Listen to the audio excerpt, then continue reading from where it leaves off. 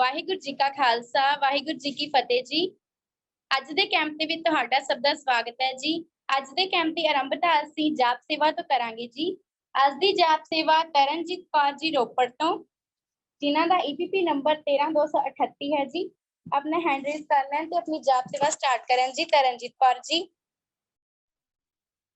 जे वो साडे नाल नहीं जुड़े तां कोई होर स्टूडेंट हैंड रेज कर लो जी अपना।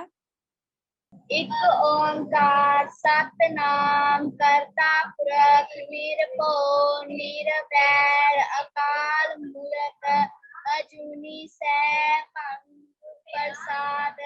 एक ओंकार सतनाम करता पुरख निरभव निरवैर अकाल मूरत अजूनी सैभं प्रसाद।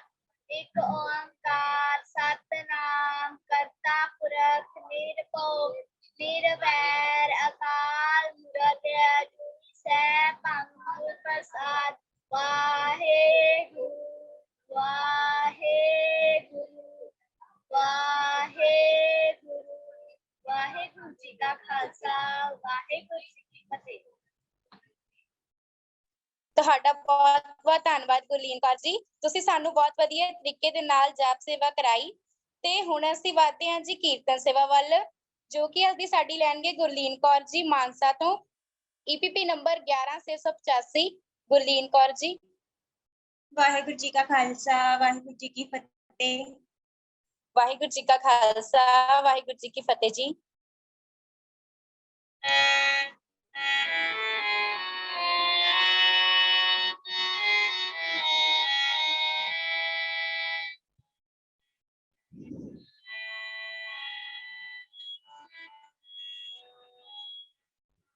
जागृत ज्योत जपै निश बासुर एक बिना मन नेक नयन एक बिना मन नेक नयन।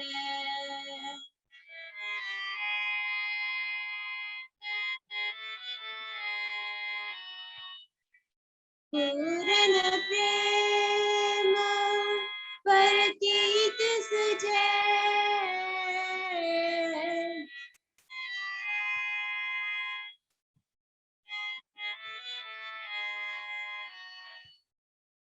पूर्ण प्रेम प्रतीत सुजै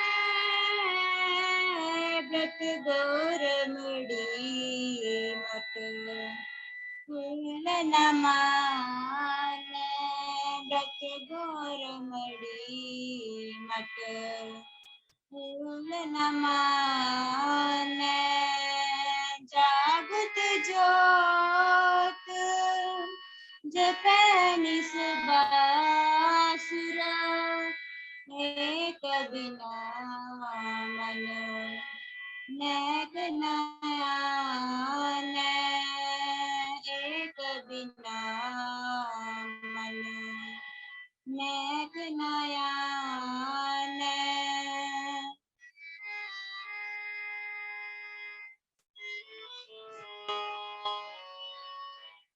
तीर्थ दान व्यातक संजम तीर्थ दान व्यातक संजम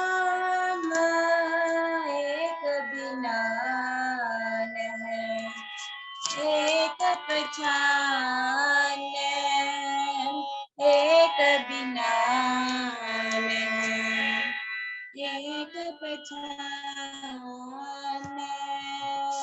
जागत ज्योत जपै निस बासुर एक बिना मन नेक नयन एक बिना मन नेक नयन।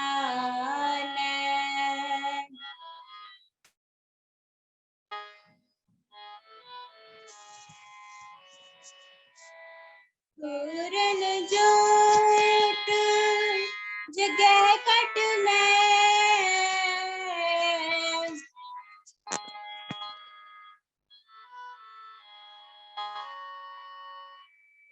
पूर्ण जोत जगह कट में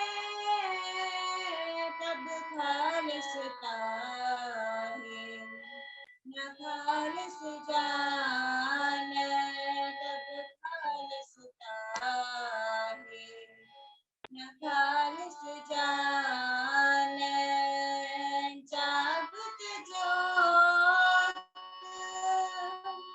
जपनिस बासुरा एक बिना मन नेक नयन एक बिना मन नेक नयन एक बिना मन नेक नयन।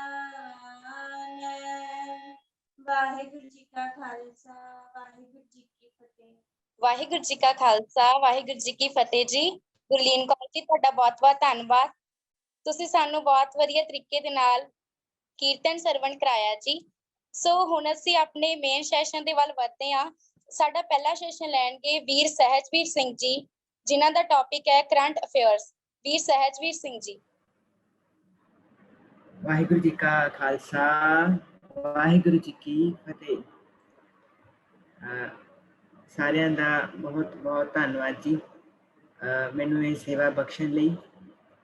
ਬੜਾ ਹੀ ਪਿਆਰਾ ਸ਼ਬਦ ਹੁਣੇ ਚੱਲ ਰਿਹਾ ਸੀ, ਜਾਗਤ ਜੋਤ ਜਪੈ ਨਿਸ ਬਾਸੁਰ ਨੇਕ ਬਿਨਾ ਏਕ ਬਿਨਾ ਮਨ ਨੈਕ ਨਾ ਆਨੈ, ਕਿ ਪ੍ਰਮਾਤਮਾ ਤੋਂ ਬਿਨਾ ਅਸੀਂ ਕਿਸੇ ਹੋਰ ਨੂੰ ਨਹੀਂ ਮੰਨਣਾ ਤੇ ਸਾਡੇ ਮਨ ਦੇ ਵਿੱਚ ਹਮੇਸ਼ਾ ਉਸ ਪਰਮਾਤਮਾ ਦੀ ਜੋਤ ਦਾ ਵਾਸਾ ਹੁੰਦਾ ਰਹੇ।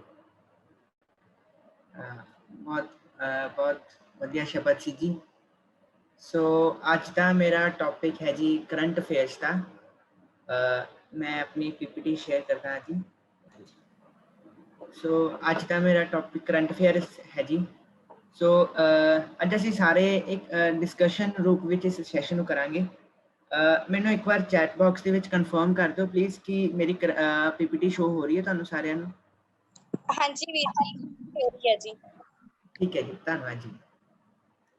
ਸੋ ਆਪਾਂ ਸਾਰੇ ਅੱਜ ਡਿਸਕਸ ਕਰਾਂਗੇ ਕਰੰਟ ਅਫੇਅਰਸ ਕੀ ਹੁੰਦੇ ਨੇ ਤੇ ਮਈ ਦੇ ਵਿੱਚ ਪਿਛਲੇ ਮਹੀਨੇ, ਅੱਜ 10 ਜੂਨ ਹੈ, ਪਿਛਲੇ ਮਹੀਨੇ ਮਈ ਦੇ ਵਿੱਚ ਕਿਹੜੇ ਗਤੀਵਿਧੀਆਂ ਦੇਸ਼ ਵਿਦੇਸ਼ ਦੇ ਵਿੱਚ ਹੋਈਆਂ ਤਾਂ ਕਿ ਸਾਨੂੰ ਆਪਣੀ ਸਪਿਰਿਚੁਅਲ ਲਾਈਫ ਦੇ ਨਾਲ ਆਪਣੀ ਅਕੈਡਮਿਕ ਲਾਈਫ ਦੇ ਵਿੱਚ ਵੀ ਪਤਾ ਸਾਡਾ ਵਾਧਾ ਹੁੰਦਾ ਰਹੇ ਤੇ ਸਾਡੀ ਪ੍ਰੋਫੈਸ਼ਨਲ ਲਾਈਫ ਦੇ ਵਿੱਚ ਵੀ ਸਾਡਾ ਵਾਧਾ ਹੁੰਦਾ ਰਹੇ। ਸੋ ਸਭ ਤੋਂ ਪਹਿਲਾਂ ਗੱਲ ਕਰਦੇ ਹਾਂ ਜੀ ਕਰੰਟ ਅਫੇਅਰਸ। ਕੋਈ ਮੈਨੂੰ ਦੱਸ ਸਕਦਾ ਹੈ ਕਰੰਟ ਅਫੇਅਰਸ ਕੀ ਹੁੰਦੇ ਨੇ? ਜਾਂ ਤਾਂ ਕੋਈ ਬੋਲ ਕੇ ਦੱਸ ਦੇਵੇ ਜਾਂ ਚੈਟ ਬਾਕਸ ਦੇ ਵਿੱਚ ਦੱਸ ਦੇਵੇ ਕਰੰਟ ਅਫੇਅਰਸ ਕੀ ਹੁੰਦੇ ਨੇ। ਹਾਂਜੀ, ਨਿਊਜ਼ ਆ ਰਿਹਾ ਜੀ। ਪ੍ਰੈਜ਼ੈਂਟ ਇਨਫੋਰਮੇਸ਼ਨ ਅਮਨਦੀਪ ਕੌਰ ਜੀ ਕਹਿ ਰਹੇ ਨੇ, ਕੋਮਲਪ੍ਰੀਤ ਕੌਰ ਜੀ ਹਾਂ ਮੌਜੂਦਾ ਮਾਮਲੇ। ਵਾਹਿਗੁਰੂ ਜੀ ਕਾ ਖਾਲਸਾ ਵਾਹਿਗੁਰੂ ਜੀ ਕੀ ਫਤਿਹ ਜੀ। ਜੀ ਜੋ ਕੁਝ ਸਾਡੇ ਆਲੇ ਦੁਆਲੇ ਹੁੰਦਾ ਵਾ ਜਾਂ ਹਨਾ ਮਤਲਬ ਨਿਊਜ਼ ਵਗੈਰਾ ਕੁਝ ਵੀ ਹੁੰਦਾ ਸਾਡੇ ਆਸੇ ਪਾਸੇ ਜੀ ਕਿਸੇ ਹੋਰ ਕੰਟਰੀ ਵਿੱਚ, ਉਹਨੂੰ ਮਤਲਬ ਕਿ ਕਰੰਟ ਅਫੇਅਰਸ ਕਹਿੰਦੇ ਨੇ। ਵਾਹਿਗੁਰੂ ਜੀ ਕਾ ਖਾਲਸਾ ਵਾਹਿਗੁਰੂ ਜੀ। ਹਾਂਜੀ, ਬਹੁਤ ਵਧੀਆ ਜੀ। ਕਰੰਟ ਅਫੇਅਰਸ ਹੁੰਦੇ ਨੇ ਜੋ ਅੱਜ ਕੱਲ੍ਹ ਦੇ ਵਿੱਚ ਦੇਸ਼ ਦੇ ਵਿਦੇਸ਼ ਦੇ ਵਿੱਚ ਕੀ ਚੱਲ ਰਿਹਾ, ਕੀ ਗਤੀਵਿਧੀਆਂ ਚੱਲ ਰਹੀਆਂ ਨੇ, ਕੀ ਦੇਸ਼ ਤੇ ਵਿਦੇਸ਼ ਵਿੱਚ ਹੋ ਰਿਹਾ ਹੈ, ਕਿਹੜੇ ਫੀਲਡ ਵਿੱਚ ਕੀ ਡਿਵੈਲਪਮੈਂਟ ਹੋ ਰਹੀ ਹੈ, ਕੀ ਚੀਜ਼ ਨਵੀਂ ਆ ਰਹੀ ਹੈ। ਸੋ ਉਹ ਸਾਰੀਆਂ ਚੀਜ਼ਾਂ ਹੁੰਦੀਆਂ ਨੇ ਕਰੰਟ ਅਫੇਅਰਸ। ਕਰੰਟ ਅਫੇਅਰਸ ਦੇ ਮੇਨ ਟੌਪਿਕ ਤੋਂ ਕਰੰਟ ਅਫੇਅਰਸ ਤੁਸੀਂ ਆਪਣੀ ਅਕੈਡਮਿਕ ਲਾਈਫ ਦੇ ਵਿੱਚ ਵੀ ਪੜ੍ਹਦੇ ਹੋਗੇ ਇਹਦਾ ਸਬਜੈਕਟ ਵਿੱਚ as a GK general knowledge. So ਇਹ ਇੱਕ ਸਾਡਾ ਅਕੈਡਮਿਕ ਸਬਜੈਕਟ ਹੋਣ ਦੇ ਨਾਲ ਸਾਨੂੰ ਇੱਕ ਬਹੁਤ ਵਧੀਆ ਅਵੇਅਰਨੈਸ ਸਾਡੇ ਵਿੱਚ ਕ੍ਰੀਏਟ ਕਰਦਾ ਹੈ। ਸੋ ਇਸ ਟੌਪਿਕ ਵਿੱਚ ਅੱਗੇ ਵਧਣ ਤੋਂ ਪਹਿਲਾਂ ਮੈਂ ਤੁਹਾਨੂੰ ਸਾਰੇ ਨਾਲ ਇੱਕ ਚੀਜ਼ ਇੱਕ ਦੋ ਚਾਰ ਕੁਐਸਚਨਸ ਆਨਸਰ ਆਪਾਂ ਕਰਾਂਗੇ ਜੀ, ਤਾਂ ਕਿ ਕੁਐਸਚਨਸ ਸੈਸ਼ਨਸ ਰਾਉਂਡ ਹੋਣਗੇ। ਮੈਂ ਤੁਹਾਨੂੰ ਕੁਐਸਚਨਸ ਪੁੱਛੂੰਗਾ, ਤੁਸੀਂ ਉਹਦੇ ਜਵਾਬ ਦੇਣਾ ਜੀ। ਸੋ ਸਾਡਾ ਪਹਿਲਾ ਕੁਐਸਚਨ ਹੈ ਜੀ, which is the highest honoring award in the world? ਤੁਸੀਂ ਆਪਣੇ ਆਨਸਰਸ ਚੈਟ ਬਾਕਸ ਦੇ ਵਿੱਚ ਲਿਖ ਸਕਦੇ ਹੋ ਜੀ। ਇਹਦੇ ਨਾਲ ਸਾਡੀ GK ਦੇ ਵਿੱਚ ਬਹੁਤ ਵਾਧਾ ਹੋਏਗਾ, ਜਨਰਲ ਨੌਲੇਜ ਦੇ ਵਿੱਚ। which is the highest honoring award in the world? Nobel Prize, कोई ऑस्कर कह रहा है, नोबल प्राइज, नोबल प्राइज। हाँ जी, सारे ਦਾ आंसर बिल्कुल ठीक है जी, ਤੁਸੀਂ ਸਾਰੇ बड़े ਹੁਸ਼ਿਆਰ हो। सो ਸਾਡੇ ਇਸ ਚੀਜ਼ ਦਾ ਆਨਸਰ ਹੈ ਜੀ ਨੋਬਲ ਪ੍ਰਾਈਜ਼। ਇਹ ਹੁਣ ਤੱਕ ਦੁਨੀਆ ਦਾ ਸਭ ਤੋਂ ਵੱਡਾ ਪ੍ਰਾਈਜ਼ ਮੰਨਿਆ ਜਾਂਦਾ ਹੈ ਇਸ ਨੂੰ, ਜਿਹਦੇ ਵਿੱਚ ਜਿਹੜਾ ਇਹ ਪ੍ਰਾਈਜ਼ ਜਿੱਤਦਾ ਹੈ ਤੇ ਉਹਨੂੰ ਘੱਟੋ ਘੱਟ ਅਪਰੋਕਸੀਮੇਟ 7 ਕਰੋੜ ਤੋਂ ਉੱਪਰ ਇਹਨੂੰ ਅਬਵ ਉਸ ਬੰਦੇ ਨੂੰ ਮਿਲਦੇ ਹੈ ਤੇ ਬੜੇ ਸਾਰੇ ਇਹਦੇ ਵਿੱਚ ਹੁੰਦੇ ਨੇ, ਬੜੀ ਔਖੀ ਇਹਦੇ ਵਿੱਚ ਸਾਰਿਆਂ ਨੂੰ ਮਿਲਦੇ ਨੇ ਤੇ ਇਹ ਦੁਨੀਆ ਦਾ ਸਭ ਤੋਂ ਵੱਡਾ ਇੱਕ ਨੋਬਲ ਪ੍ਰਾਈਜ਼ ਹੈ ਜਿਹੜਾ ਪ੍ਰਾਈਜ਼ ਮਿਲਦਾ ਹੁੰਦਾ ਕਿਸੇ ਨੂੰ। ਤੇ ਇਹ ਐਲਫਰ ਨੋਬਲ ਇੱਕ ਸਵੀਡਨ ਦੇ ਸੀਗੇ, ਉਹਨਾਂ ਦੇ ਨਾਮ ਉੱਤੇ ਇਸ ਪ੍ਰਾਈਜ਼ ਨੂੰ ਦਿੱਤਾ ਜਾਂਦਾ ਹੈ। ਸੋ ਸਾਡਾ ਨੈਕਸਟ ਕੁਐਸਚਨ ਹੈ ਜੀ, name the recently released book of Barack Obama. Name the recently released book of Barack Obama. ਸਾਰੇ ਆਪਣੇ ਆਨਸਰ ਚੈਟ ਬਾਕਸ ਦੇ ਵਿੱਚ ਦੇ ਸਕਦੇ ਹੋ, ਗਲਤ ਵੀ ਹੋ ਗਿਆ ਤਾਂ ਵੀ ਕੋਈ ਗੱਲ ਨਹੀਂ, ਆਪਾਂ ਤੇ ਸਾਰੇ ਸਿੱਖਣ ਹੀ ਆਏ ਆ। ਕੋਈ ਵੀ ਤੁਹਾਨੂੰ ਪੜ੍ਹੀ ਹੋਵੇ ਤੁਸੀਂ ਜਾਂ ਕੋਈ ਨਿਊਜ਼ ਸੁਣੀ ਹੋਵੇ ਬਰੈਕ ਓਬਾਮਾ ਨੇ ਆਪਣੀ ਬੁੱਕ ਰਿਲੀਜ਼ ਕੀਤੀ ਹੈ। ਹਾਂ, ਥੋੜਾ ਜਿਹਾ ਕੁੰਵਰ ਅਜੀਤ ਸਿੰਘ ਜੀ ਨੇੜੇ ਨੇ। ਹਾਂ, ਅ ਪ੍ਰੋਮਿਸਡ ਲੈਂਡ ਨਵਨੂਰ ਕੌਰ ਦੇ ਦੇਵੀਗੜ੍ਹ ਕਹਿ ਰਹੇ ਨੇ। ਡ੍ਰੀਮਸ ਆਫ ਮਾਈ ਫਾਦਰ ਪ੍ਰਗਟ ਸਿੰਘ ਜੀ ਕਹਿ ਰਹੇ ਨੇ ਆ ਪ੍ਰੋਮਿਸਡ ਲੈਂਡ। ਹਾਂਜੀ, ਡ੍ਰੀਮਸ ਆਫ ਮਾਈ ਫਾਦਰ ਉਹਨਾਂ ਦੀ ਆਟੋਬਾਇਓਗ੍ਰਾਫੀ ਹੈ ਜਿਹੜੀ ਬਰੈਕ ਓਬਾਮਾ ਨੇ ਲਿਖੀ ਹੈ, ਪਰ ਜਿਹੜੀ ਹੁਣੇ ਰੀਸੈਂਟਲੀ ਰਿਲੀਜ਼ਡ ਬੁੱਕ ਕੀਤੀ ਹੈ ਉਹਨਾਂ ਨੇ ਕੀਤੀ ਹੈ ਆ ਪ੍ਰੋਮਿਸਡ ਲੈਂਡ ਬਾਈ ਬਰੈਕ ਓਬਾਮਾ। ਇਹਦੇ ਵਿੱਚ ਉਹਨਾਂ ਨੇ ਆਪਣੇ ਫਸਟ ਪਾਰਟ ਦੇ ਵਿੱਚ ਹੁਣੇ ਰਿਲੀਜ਼ ਕੀਤਾ, ਉਹਦੇ ਵਿੱਚ ਆਪਣੇ ਜਿਹੜੇ ਪ੍ਰੈਜ਼ੀਡੈਂਸੀ ਪੀਰੀਅਡ ਤੇ ਜਿਹੜੇ 7 ਸਾਲ ਸੀਗੇ ਉਹਨਾਂ ਨੇ ਪਹਿਲੇ ਇਹਦੇ ਵਿੱਚ ਉਹਨਾਂ ਨੇ ਕਵਰ ਕੀਤੇ ਨੇ ਕਿ ਕਿੱਦਾਂ ਆਪਣੇ ਉਹਨਾਂ ਨੇ ਆਪਣੀ ਜਿਹੜਾ ਐਜ਼ ਅ ਪ੍ਰੈਜ਼ੀਡੈਂਟ ਸੀਗੇ ਯੂਨਾਈਟਿਡ ਸਟੇਟਸ ਤੇ ਉਹਨਾਂ ਨੇ ਆਪਣਾ ਕਿੱਦਾਂ ਆਪਣੇ ਅੱਗੇ ਕੀਤਾ ਜੀ।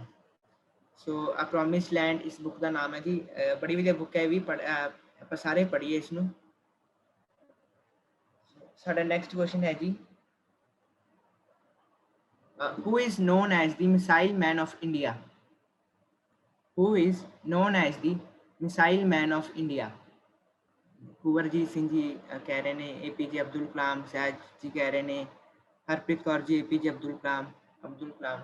ਹਾਂਜੀ, ਸੋ ਇਹ ਨੇ ਜੀ missile man of India doctor APJ Abdul Kalam. Missile man ਇਹਨਾਂ ਨੂੰ ਤਾਂ ਕਿਹਾ ਜਾਂਦਾ ਹੈ ਕਿਉਂਕਿ ਜਦੋਂ ਇਹ ਐਜ਼ ਅ ਪ੍ਰੈਜ਼ੀਡੈਂਟ ਸੀਗੇ ਇੰਡੀਆ ਦੇ ਤਾਂ ਇਹਨਾਂ ਨੇ ਨਿਊਕਲੀਅਰ ਡਿਵੈਲਪਮੈਂਟ ਦੇ ਇੰਡੀਆ ਦੇ ਵਿੱਚ ਬਹੁਤ ਵੱਡਾ ਯੋਗਦਾਨ ਪਾਇਆ ਸੀ। ਇਸਰੋ ਨਾਲ ਮਿਲ ਕੇ ਤੇ ਹੋਰ ਆਰਗੇਨਾਈਜੇਸ਼ਨਸ ਨਾਲ ਮਿਲ ਕੇ ਇਹਨਾਂ ਨੇ ਐਜ਼ ਅ ਨਿਊਕਲੀਅਰ ਪਾਵਰ ਬਣਾਉਣ ਲਈ ਇੰਡੀਆ ਨੂੰ ਬੜਾ ਕੰਮ ਕੀਤਾ ਸੀ। ਸੋ ਅਬਦੁਲ ਕਲਾਮ ਜੀ, ਜਿਨ੍ਹਾਂ ਦੇ ਥਾਟਸ ਵੀ ਅਸੀਂ ਬੜੇ ਵਾਰ ਆਪਾਂ ਵਿਚਾਰਦੇ ਹੁੰਦੇ ਹਾਂ, ਜਿਨ੍ਹਾਂ ਦੇ ਬੜੇ ਮੋਟੀਵੇਸ਼ਨਲ ਥਾਟਸ ਹੁੰਦੇ ਨੇ, ਜਿਵੇਂ ਇੱਕ ਗਰੀਬ ਪਰਿਵਾਰ ਤੋਂ ਉੱਠ ਕੇ ਐਜ਼ ਅ ਇੰਡੀਆ ਦੇ ਪ੍ਰੈਜ਼ੀਡੈਂਟ ਬਣਨਾ, ਇਹਨਾਂ ਦੀ ਲਾਈਫ ਇੱਕ ਅੱਛਾ ਇਹਨਾਂ ਦੀ ਇੱਕ ਬੁੱਕ ਵੀ ਹੈਗੀ ਹੈ ਇਹਨਾਂ ਦੀ ਆਟੋਬਾਇਓਗ੍ਰਾਫੀ, ਕੋਈ ਮੈਨੂੰ ਦੱਸ ਸਕਦਾ ਹੈ ਇਹਨਾਂ ਦੀ ਆਟੋਬਾਇਓਗ੍ਰਾਫੀ ਦਾ ਨਾਮ ਕੀ ਹੈ? ਚੈਟ ਬਾਕਸ ਦੇ ਵਿੱਚ ਕੋਈ ਦੱਸ ਸਕਦਾ ਇਹਨਾਂ ਦੀ ਆਟੋਬਾਇਓਗ੍ਰਾਫੀ APJ ਅਬਦੁਲ ਕਲਾਮ ਦੀ? ਚਲੋ ਮੈਂ ਦੱਸ ਦਿੰਦਾ ਜੀ, ਇਹਨਾਂ ਦੀ ਆਟੋਬਾਇਓਗ੍ਰਾਫੀ ਦਾ ਨਾਮ ਹੈ ਜੀ ਵਿੰਗਸ ਆਫ ਫਾਇਰ। ਹਾਂਜੀ, ਆ ਗਿਆ ਜੀ, ਵਿੰਗਸ ਆਫ ਫਾਇਰ। ਸੋ ਇਹਨਾਂ ਦੀ ਆਟੋਬਾਇਓਗ੍ਰਾਫੀ ਹੈ ਵਿੰਗਸ ਆਫ ਫਾਇਰ। ਸੋ ਇਹ ਨੇ missile man of India. So ਸਾਡਾ ਨੈਕਸਟ ਕੁਐਸਚਨ ਹੈ ਜੀ, who is the founder of Khalsa Aid? ਇਹ ਤਾਂ ਸਾਰਿਆਂ ਨੂੰ ਪਤਾ ਹੋਏਗਾ ਜੀ, who is the founder of Khalsa Aid? Khalsa Aid ਨੇ ਹੁਣੇ ਕਿਸਾਨੀ ਸੰਘਰਸ਼ ਦੇ ਵਿੱਚ ਬੜਾ ਹੀ ਵੱਡਾ ਯੋਗਦਾਨ ਪਾਇਆ ਹੈ ਤੇ ਪਿਛਲੇ ਲੰਬੇ ਸਮੇਂ ਤੋਂ ਬਹੁਤ ਵੱਡਾ ਯੋਗਦਾਨ ਪਾ ਰਿਹਾ ਹੈ। ਹਾਂਜੀ, ਆ ਗਿਆ ਜੀ, ਕੁੰਵਰ ਅਜੀਤ ਸਿੰਘ ਜੀ। ਫਿਰ ਆ ਗਏ ਨੇ ਜੀ ਗੁਰਪਿੰਦਰ ਕੌਰ ਜੀ, ਰਵੀ ਸਿੰਘ ਜੀ, ਨਿਹਾਲ ਸਿੰਘ ਜੀ ਵੀ ਰਵੀ ਸਿੰਘ ਜੀ।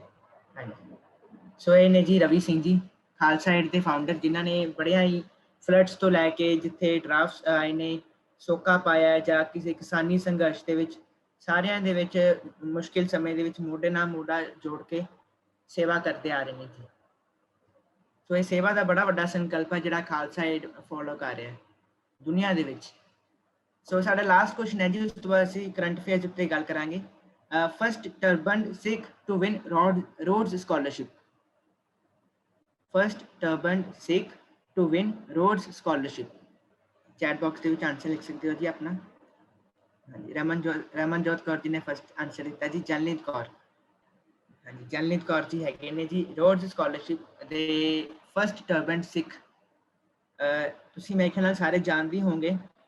ਰੋਡਸ ਸਕਾਲਰਸ਼ਿਪ ਹੁੰਦੀ ਹੈ ਜਿਹੜੀ ਇੱਕ ਰੋਡਸ ਟਰਸਟ ਵੱਲੋਂ ਦਿੱਤੀ ਜਾਂਦੀ ਹੈ, ਜਿਹੜੇ ਜਿਨ੍ਹਾਂ ਨੂੰ 50 ਲੱਖ ਦੀ ਸਕਾਲਰਸ਼ਿਪ ਲੱਗਦੀ ਹੈ। ਆਕਸਫੋਰਡ ਯੂਨੀਵਰਸਿਟੀ ਜਿਹੜੀ ਦੁਨੀਆ ਦੀ ਟੌਪ ਯੂਨੀਵਰਸਿਟੀਜ਼ ਦੇ ਵਿੱਚ ਆਉਂਦੇ ਨੇ, ਤੇ ਉਹਦੇ ਵਿੱਚ ਉਹਨਾਂ ਨੂੰ ਫ੍ਰੀ ਪੜ੍ਹਾਇਆ ਜਾਂਦਾ ਹੈ। 50 ਲੱਖ ਦੀ ਸਕਾਲਰਸ਼ਿਪ ਲੱਗਦੀ ਹੈ ਰੋਡਸ ਟਰਸਟ ਵੱਲੋਂ, ਤੇ ਬਹੁਤ ਹੀ ਇਹਦੀ ਜਿਹੜੀ ਐਡਮਿਸ਼ਨ ਹੁੰਦੀ ਹੈ ਬਹੁਤ ਹੀ ਘੱਟ ਬੱਚਿਆਂ ਨੂੰ ਮਿਲਦੀ ਹੈ ਆਲ ਓਵਰ ਦੀ ਵਰਲਡ ਵੀ, ਤੇ ਉਹਨਾਂ ਨੂੰ ਆਕਸਫੋਰਡ ਯੂਨੀਵਰਸਿਟੀ ਦੇ ਵਿੱਚ ਪੜ੍ਹਾਇਆ ਜਾਂਦਾ ਹੈ। ਤੇ ਦੀਦੀ ਨੇ ਆਪਣਾ ਐਮਫਿਲ ਇਕਨੋਮਿਕਸ ਕੀਤੀ ਸੀ ਆਕਸਫੋਰਡ ਯੂਨੀਵਰਸਿਟੀ ਤੋਂ, ਤੇ ਹੁਣ ਆਪਣੀ ਕੋਲੰਬੀਆ ਯੂਨੀਵਰਸਿਟੀ ਤੋਂ ਆਪਣੀ PhD ਕਰ ਰਹੇ ਨੇ USA ਤੋਂ। ਸੋ ਜਿੱਥੇ ਕਿ ਰਵੀ ਸਿੰਘ ਜੀ ਵਰਗੇ ਸੇਵਾ ਦੇ ਵਿੱਚ ਅੱਗੇ ਨੇ, ਬਹੁਤ ਅੱਗੇ ਨੇ, ਪੂਰੀ ਦੁਨੀਆ ਦੇ ਵਿੱਚ ਸੇਵਾ ਕਰ ਰਹੇ ਨੇ, ਉੱਥੇ ਹੀ ਐਸੇ ਗੁਰਸਿੱਖ ਜਲਨੀ ਦੀਦੀ ਵਰਗੇ ਆਪਣੀ ਪੜ੍ਹਾਈ ਦੇ ਵਿੱਚ, ਆਪਣੀ ਅਕੈਡਮਿਕ ਲਾਈਫ ਦੇ ਵਿੱਚ ਵੀ ਬੜੀਆਂ ਉੱਚੀਆਂ ਹਾਸਲ ਚੀਜ਼ਾਂ ਕਰ ਰਹੇ ਨੇ, ਤੇ ਇਹਨਾਂ ਨੂੰ first turbaned Sikh to win Rhodes scholarship ਦਾ ਮਾਣ ਪ੍ਰਾਪਤ ਹੋਇਆ ਸੀ। ਸੋ ਸਾਡੇ ਹੁਣ ਅਸੀਂ ਮੇਨ ਟੌਪਿਕ ਵੱਲ ਆਉਂਦੇ ਹਾਂ ਜੀ।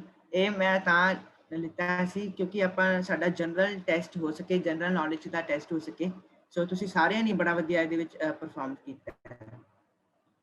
ਸੋ ਹੁਣ ਸਾਡਾ ਟੈਸਟ ਸਾਡਾ ਹੈਗਾ ਜੀ ਵਾਈ ਕਰੰਟ ਅਫੇਅਰਸ।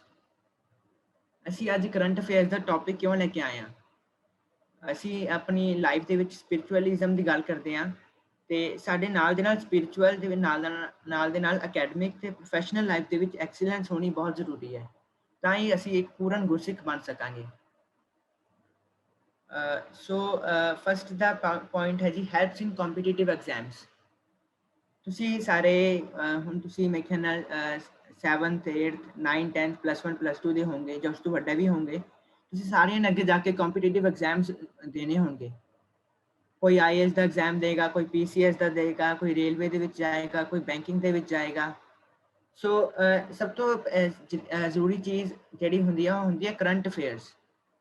ਤੁਸੀਂ ਜਿਨ੍ਹਾਂ ਨੇ IAS ਦਾ ਐਗਜ਼ਾਮ ਦੇਣਾ ਹੋਏਗਾ, ਜੇ ਸੋਚਿਆ ਹੋਏਗਾ ਦੇਣਾ ਅੱਗੇ ਜਾ ਕੇ, ਉਹਨਾਂ ਨੂੰ ਪਤਾ ਹੋਏਗਾ ਕਿ IAS ਦੇ ਵਿੱਚ ਜਿਹੜੇ ਇੰਟਰਵਿਊ ਦੇ ਕੁਐਸਚਨਸ ਹੁੰਦੇ ਨੇ, ਉਹਦੇ ਵਿੱਚ IAS ਦੇ ਵਿੱਚ ਕਰੰਟ ਅਫੇਅਰਸ ਦੇ ਉੱਤੇ ਬੜਾ ਕੁਝ ਪੁੱਛਿਆ ਜਾਂਦਾ ਹੈ। ਜਨਰਲ ਸਟੱਡੀਜ਼ ਨਾਮ ਦਾ ਟੌਪਿਕ ਹੁੰਦਾ ਹੈ, ਸਬਜੈਕਟ ਹੁੰਦਾ ਹੈ, ਉਹਦੇ ਵਿੱਚ ਕਰੰਟ ਅਫੇਅਰਸ ਉੱਤੇ ਬਹੁਤ ਕੁਝ ਪੁੱਛਿਆ ਜਾਂਦਾ ਹੈ। ਸੋ ਅਸੀਂ ਕਰੰਟ ਅਫੇਅਰਸ ਤਾਂ ਪੜ੍ਹੇ ਤਾਂ ਕਿ ਸਾਡੀ ਕੰਪੀਟੀਟਿਵ ਐਗਜ਼ਾਮਸ ਦੀ ਵੀ ਬੜੀ ਜ਼ਿਆਦਾ ਤਿਆਰੀ ਹੋ ਸਕੇ, ਤੇ ਅਸੀਂ ਜਿੱਦਾਂ ਜਨਰਲੀ ਦੀਦੀ ਵਾਂਗ ਉੱਚੀਆਂ ਪੋਜੀਸ਼ਨਾਂ 'ਤੇ ਪਹੁੰਚ ਕੇ ਕੌਮ ਦੀ ਸੇਵਾ ਕਰ ਸਕੀਏ ਜੀ। ਸੋ ਸਾਡੀ ਨੈਕਸਟ ਪੁਆਇੰਟ ਹੈ ਜੀ knowledge about globalisation. Current affairs ਦੇ ਨਾਲ ਸਾਡੇ ਅੰਦਰ ਗਲੋਬਲਾਈਜੇਸ਼ਨ ਦਾ ਬੜਾ ਪ੍ਰਭਾਵ ਪੈਂਦਾ ਹੈ ਕਿ ਪੂਰੀ ਦੁਨੀਆ ਦੇ ਵਿੱਚ ਅਸੀਂ ਅੱਜ ਕਿੱਥੇ ਬੈਠੇ ਹਾਂ ਤੇ ਪੂਰੀ ਦੁਨੀਆ ਦੇ ਵਿੱਚ ਇਸ ਵੇਲੇ ਕੀ ਹੋ ਰਿਹਾ ਹੈ। ਇਹ ਸਾਨੂੰ ਗਲੋਬਲ ਲੈਵਲ ਤੇ ਬਹੁਤ ਜ਼ਿਆਦਾ ਅਵੇਅਰ ਕਰਦੀ ਹੈ। ਸਹਿਜਪ੍ਰੀਤ ਸਿੰਘ, ਹਾਂਜੀ ਹਾਂਜੀ, ਜਿੱਥੇ ਤੁਹਾਡਾ ਲਿਖਿਆ ਨਾ ਕਰੰਟ ਅਫੇਅਰਸ, ਉਹਦੇ ਉੱਪਰ ਕੁਝ ਜਿੱਦਾਂ ਨਾ ਬਾਕਸ ਬਣਿਆ ਆ ਰਿਹਾ, ਰੀਡੇਬਲ ਨਹੀਂ ਹੈ। ਹੁਣ ਦੇਖ ਲਿਆ ਜੀ, ਦੇ ਨੀਚੇ ਵੀ ਹਾਂਜੀ ਹਾਂਜੀ, ਨੌਲੇਜ ਵਾਲੀ ਲਾਈਨ ਦੇ ਨੀਚੇ ਵੀ ਆ ਰਿਹਾ ਬਾਕਸ। ਹਾਂਜੀ ਠੀਕ ਹੈ, ਓਕੇ ਹੋ ਗਿਆ ਜੀ, ਥੈਂਕ ਯੂ। ਠੀਕ ਹੈ ਜੀ, ਠੀਕ ਹੈ। ਸਾਡਾ ਹੁਣ ਉਸ ਦਾ ਅਗਲਾ ਥਰਡ ਪੁਆਇੰਟ ਹੈ ਜੀ ਕ੍ਰੀਏਟ ਅਵੇਅਰਨੈਸ। ਸੋ ਜਿਹੜਾ ਕਰੰਟ ਅਫੇਅਰਸ ਹੈ ਉਹ ਸਾਡੇ ਕ੍ਰੀਏਟ ਅਵੇਅਰਨੈਸ ਕਰਦਾ ਕਿ ਪੂਰੀ ਦੁਨੀਆ ਦੇ ਵਿੱਚ ਕੀ ਕੀ ਡਿਵੈਲਪਮੈਂਟ ਹੋ ਰਹੀ ਹੈ, ਤੇ ਉਹਦੇ ਨਾਲ ਬਹੁਤ ਸਾਰੀ ਨੌਲੇਜ ਮਿਲਦੀ ਹੈ, ਤੇ ਸਾਡੇ ਅਗਲੀ ਲਾਈਫ ਦੇ ਵਿੱਚ ਬੜੀ ਕੰਮ ਆਉਂਦੀ ਹੈ ਜੀ। ਸੋ ਅਸੀਂ ਅੱਜ ਥੋੜੀ ਜਿਹੀ ਕਰੰਟ ਅਫੇਅਰ ਜਿਹੜੀ ਪਿਛਲੇ ਮਹੀਨੇ ਮਈ ਦੇ ਮਹੀਨੇ ਦੇ ਵਿੱਚ ਹੋਈਆਂ, ਅਸੀਂ ਡਿਸਕਸ ਕਰਾਂਗੇ ਜੀ। ਸੋ ਉਸ ਤੋਂ ਪਹਿਲਾਂ ਕਰੰਟ ਅਫੇਅਰਸ ਦੇ ਟੌਪਿਕਸ ਹੁੰਦੇ ਨੇ ਜੀ, ਜਿਵੇਂ ਨੈਸ਼ਨਲ ਲੈਵਲ ਤੇ ਕੀ ਚੀਜ਼ਾਂ ਹੋ ਰਹੀਆਂ ਨੇ, ਇੰਟਰਨੈਸ਼ਨਲ ਲੈਵਲ ਤੇ ਕੀ ਹੋ ਰਿਹਾ ਹੈ, ਸਾਇੰਸ ਐਂਡ ਟੈਕਨੋਲੋਜੀ ਦੇ ਲੈਵਲ ਤੇ ਕੀ ਹੋ ਰਿਹਾ, ਸੋਸ਼ਲ ਵੈਲਫੇਅਰ ਦੇ ਉੱਤੇ ਕੀ ਹੋ ਰਿਹਾ, ਇਕੋਨਮੀ, ਇਨਫਰਾਸਟਰਕਚਰ, ਤੇ ਇੱਦਾਂ ਹੀ ਬੜੇ ਸਾਰੇ ਹੋਰ ਟੌਪਿਕਸ ਹੁੰਦੇ ਨੇ ਜਿਹਦੇ ਨਾਲ ਸਾਨੂੰ ਕਰੰਟ ਅਫੇਅਰਸ ਦੀ ਨੌਲੇਜ ਮਿਲਦੀ ਹੈ। ਸੋ ਨੈਸ਼ਨਲ ਲੈਵਲ ਦੇ ਉੱਤੇ ਜਾਂ ਇੰਟਰਨੈਸ਼ਨਲ ਲੈਵਲ ਤੇ, ਯੂਨੀਵਰਸਿਟੀ ਲੈਵਲ ਤੇ ਗੱਲ ਕਰੀਏ ਤਾਂ ਸਭ ਤੋਂ ਪਹਿਲਾਂ ਅਸੀਂ ਗੱਲ ਕਰਦੇ ਹਾਂ ਜੀ ਗੁਰੂ ਤੇਗ ਬਹਾਦਰ ਸਾਹਿਬ ਜੀ ਦੀ। ਅਸੀਂ ਹੁਣੇ ਪਿਛਲੇ ਮਹੀਨੇ 1 ਮਈ 2021 ਨੂੰ ਸਾਹਿਬ ਸ੍ਰੀ ਗੁਰੂ ਤੇਗ ਬਹਾਦਰ ਜੀ ਦਾ 400 ਸਾਲਾ ਗੁਰਪੁਰਬ ਮਨਾਇਆ ਹੈ। ਸਾਰੇ ਨੇ ਬੜੇ ਉਤਸ਼ਾਹ ਨਾਲ ਮਨਾਇਆ ਹੈ ਉਸ ਗੁਰਪੁਰਬ ਨੂੰ, ਤੇ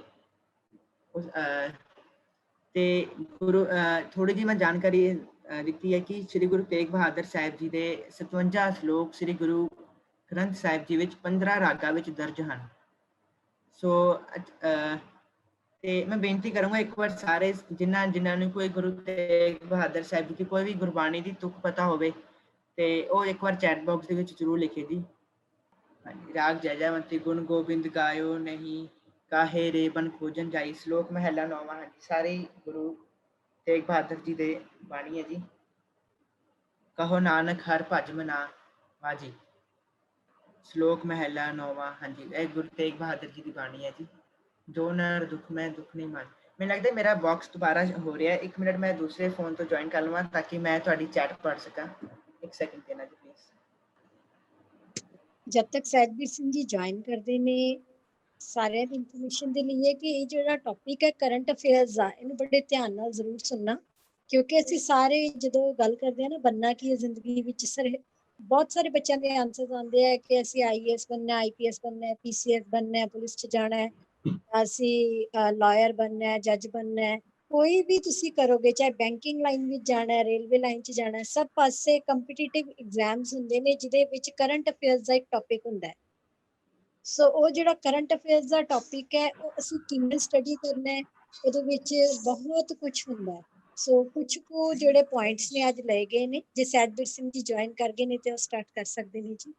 ਹਾਂਜੀ ਹਾਂਜੀ, ਹੋਸਟ ਨੂੰ ਬੇਨਤੀ ਹੈ ਜੀ ਜਿਹੜੇ ਕੋ ਚੈਟ ਦੀ ਆਪਸ਼ਨ ਹੈ ਇਨੇਬਲ ਕਰ ਦਿਓ ਪਲੀਜ਼, ਤਾਂ ਕਿ ਸੰਗਤ ਜੀ ਆਪਣੇ ਚੈਟ ਕਰ ਸਕਣ ਨਾਲ ਨਾਲ।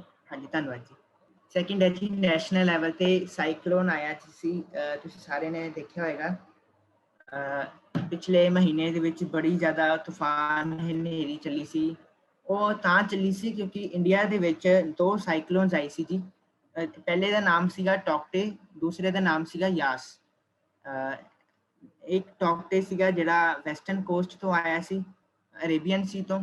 ਜਿਹੜੇ ਜੀਓਗ੍ਰਾਫੀ ਦੇ ਸਟੂਡੈਂਟਸ ਹੋਣਗੇ ਉਹਨਾਂ ਨੂੰ ਪਤਾ ਹੋਏਗਾ ਅਰੇਬੀਅਨ ਸੀ ਇੰਡੀਆ ਦੇ ਕਿਹੜੇ ਪਾਸੇ ਹੈ। ਤੇ ਇੱਕ ਆਇਆ ਸੀ ਯਾਸ ਈਸਟਰਨ ਕੋਸਟ ਦੇ ਵਿੱਚ, ਬੇ ਆਫ ਬੰਗਾਲ ਐਂਡ ਅੰਡਮਾਨ ਸੀ ਤੋਂ। ਜੀਓਗ੍ਰਾਫੀ ਦੇ ਸਟੂਡੈਂਟਸ ਨੂੰ ਪਤਾ ਹੋਏਗਾ ਅਰੇਬੀਅਨ ਸੀ ਆਪਣੇ ਵੈਸਟ ਵਾਲੇ ਪਾਸੇ ਹੈ। ਸੋ ਜਦੋਂ ਇਹ ਟੌਕਟੇ ਜਿਹੜਾ ਸੀਗਾ ਇਹ ਇੰਡੀਆ ਦੇ ਵਿੱਚ ਇਸ ਸਾਲ ਦਾ ਪਹਿਲਾ ਸਾਈਕਲੋਨ ਆਇਆ ਸੀ, ਜਿਹੜਾ 17 ਮਈ 2021 ਨੂੰ ਆਇਆ ਸੀ, ਤੇ ਜਿਹੜਾ ਯਾਸ ਸੀਗਾ ਉਹ ਆਇਆ ਸੀ 24 ਮਈ 2021 ਨੂੰ। ਤੇ ਇਹਨਾਂ ਦੋਨਾਂ ਨੂੰ ਕਲਾਸੀਫਾਈਡ ਕੀਤਾ ਗਿਆ ਸੀ VSCS, ਵੈਰੀ ਸੀਵੀਅਰ ਸਾਈਕਲੋਨਿਕ ਸਟੋਰਮ। ਇਹਨਾਂ ਦੀ ਕਲਾਸੀਫਿਕੇਸ਼ਨ ਹੁੰਦੀ ਹੈ ਜਿਹੜੀ ਜੀਓਗ੍ਰਾਫੀ ਦੇ ਵਿੱਚ ਸਾਈਕਲੋਨਸ ਦੀ। ਵੈਰੀ ਸੀਵੀਅਰ ਸਾਈਕਲੋਨਿਕ ਸਟੋਰਮ ਬੜਾ ਭਿਆਨਕ, ਇਹਨਾਂ ਨੂੰ ਮਤਲਬ ਬੜਾ ਹਾਈ ਲੈਵਲ ਤੇ ਸਾਈਕਲੋਨ ਮੰਨਿਆ ਜਾਂਦਾ ਹੈ। ਤੇ ਤੁਸੀਂ ਦੇਖਿਆ ਹੋਏਗਾ ਪਿਛਲੇ ਮਹੀਨੇ ਪੰਜਾਬ ਦੇ ਵਿੱਚ ਵੀ ਬੜੀ ਹਨੇਰੀ ਵਗੈਰਾ ਚੱਲੀ ਸੀ, ਤੇ ਉਹਦੇ ਨਾਲ ਮੀਂਹ ਵਗੈਰਾ ਵੀ ਬੜਾ ਪਿਆ ਸੀਗਾ। ਤੇ ਉਹ ਸੀਗਾ ਇਹ ਦੋਨੋਂ ਸਾਈਕਲੋਨਸ ਕਰਕੇ ਹੋਇਆ ਸੀ। ਸੋ ਜਿਹੜੇ ਆਪਾਂ ਹੁਣ ਅੱਗੇ ਜੋ ਆਪਾਂ ਕੰਪੀਟੀਟਿਵ ਐਗਜ਼ਾਮ ਦੀ ਤਿਆਰੀ ਕਰਨੀ ਹੁੰਦੀ ਹੈ ਤਾਂ ਉਹਦੇ ਵਿੱਚ ਸਾਨੂੰ ਜੀਓਗ੍ਰਾਫੀ ਦੇ ਬੜੇ ਸਾਰੇ ਸਵਾਲ ਪੁੱਛੇ ਜਾਂਦੇ ਨੇ, ਤੇ ਇਹ ਟੌਪਿਕ ਮੈਂ ਲਿੱਤਾ ਸੀ ਟਾਈਮ। ਸੋ ਇਹ ਦੋਨਾਂ ਦੇ ਨਕਸ਼ੇ ਨੇ ਜੀ। ਇੱਕ ਪਹਿਲਾ ਹੈਗਾ ਸਾਈਕਲੋਨ ਯਾਸ ਦਾ, ਹੈਗਾ ਬੇ ਆਫ ਬੰਗਾਲ ਜਿਹੜਾ ਹੈਗਾ ਸੀ, ਤੇ ਇਹਦੇ ਨਾਲ ਲੱਗਦੇ ਨੇ ਵੈਸਟ ਬੰਗਾਲ ਹੋ ਗਿਆ, ਛੱਤੀਸਗੜ੍ਹ, ਝਾਰਖੰਡ, ਇਹੋ ਜਿਹੇ ਇਲਾਕਿਆਂ ਨਾਲ ਵਿੱਚ ਇਹ ਸਾਈਕਲੋਨ ਆਇਆ ਸੀ।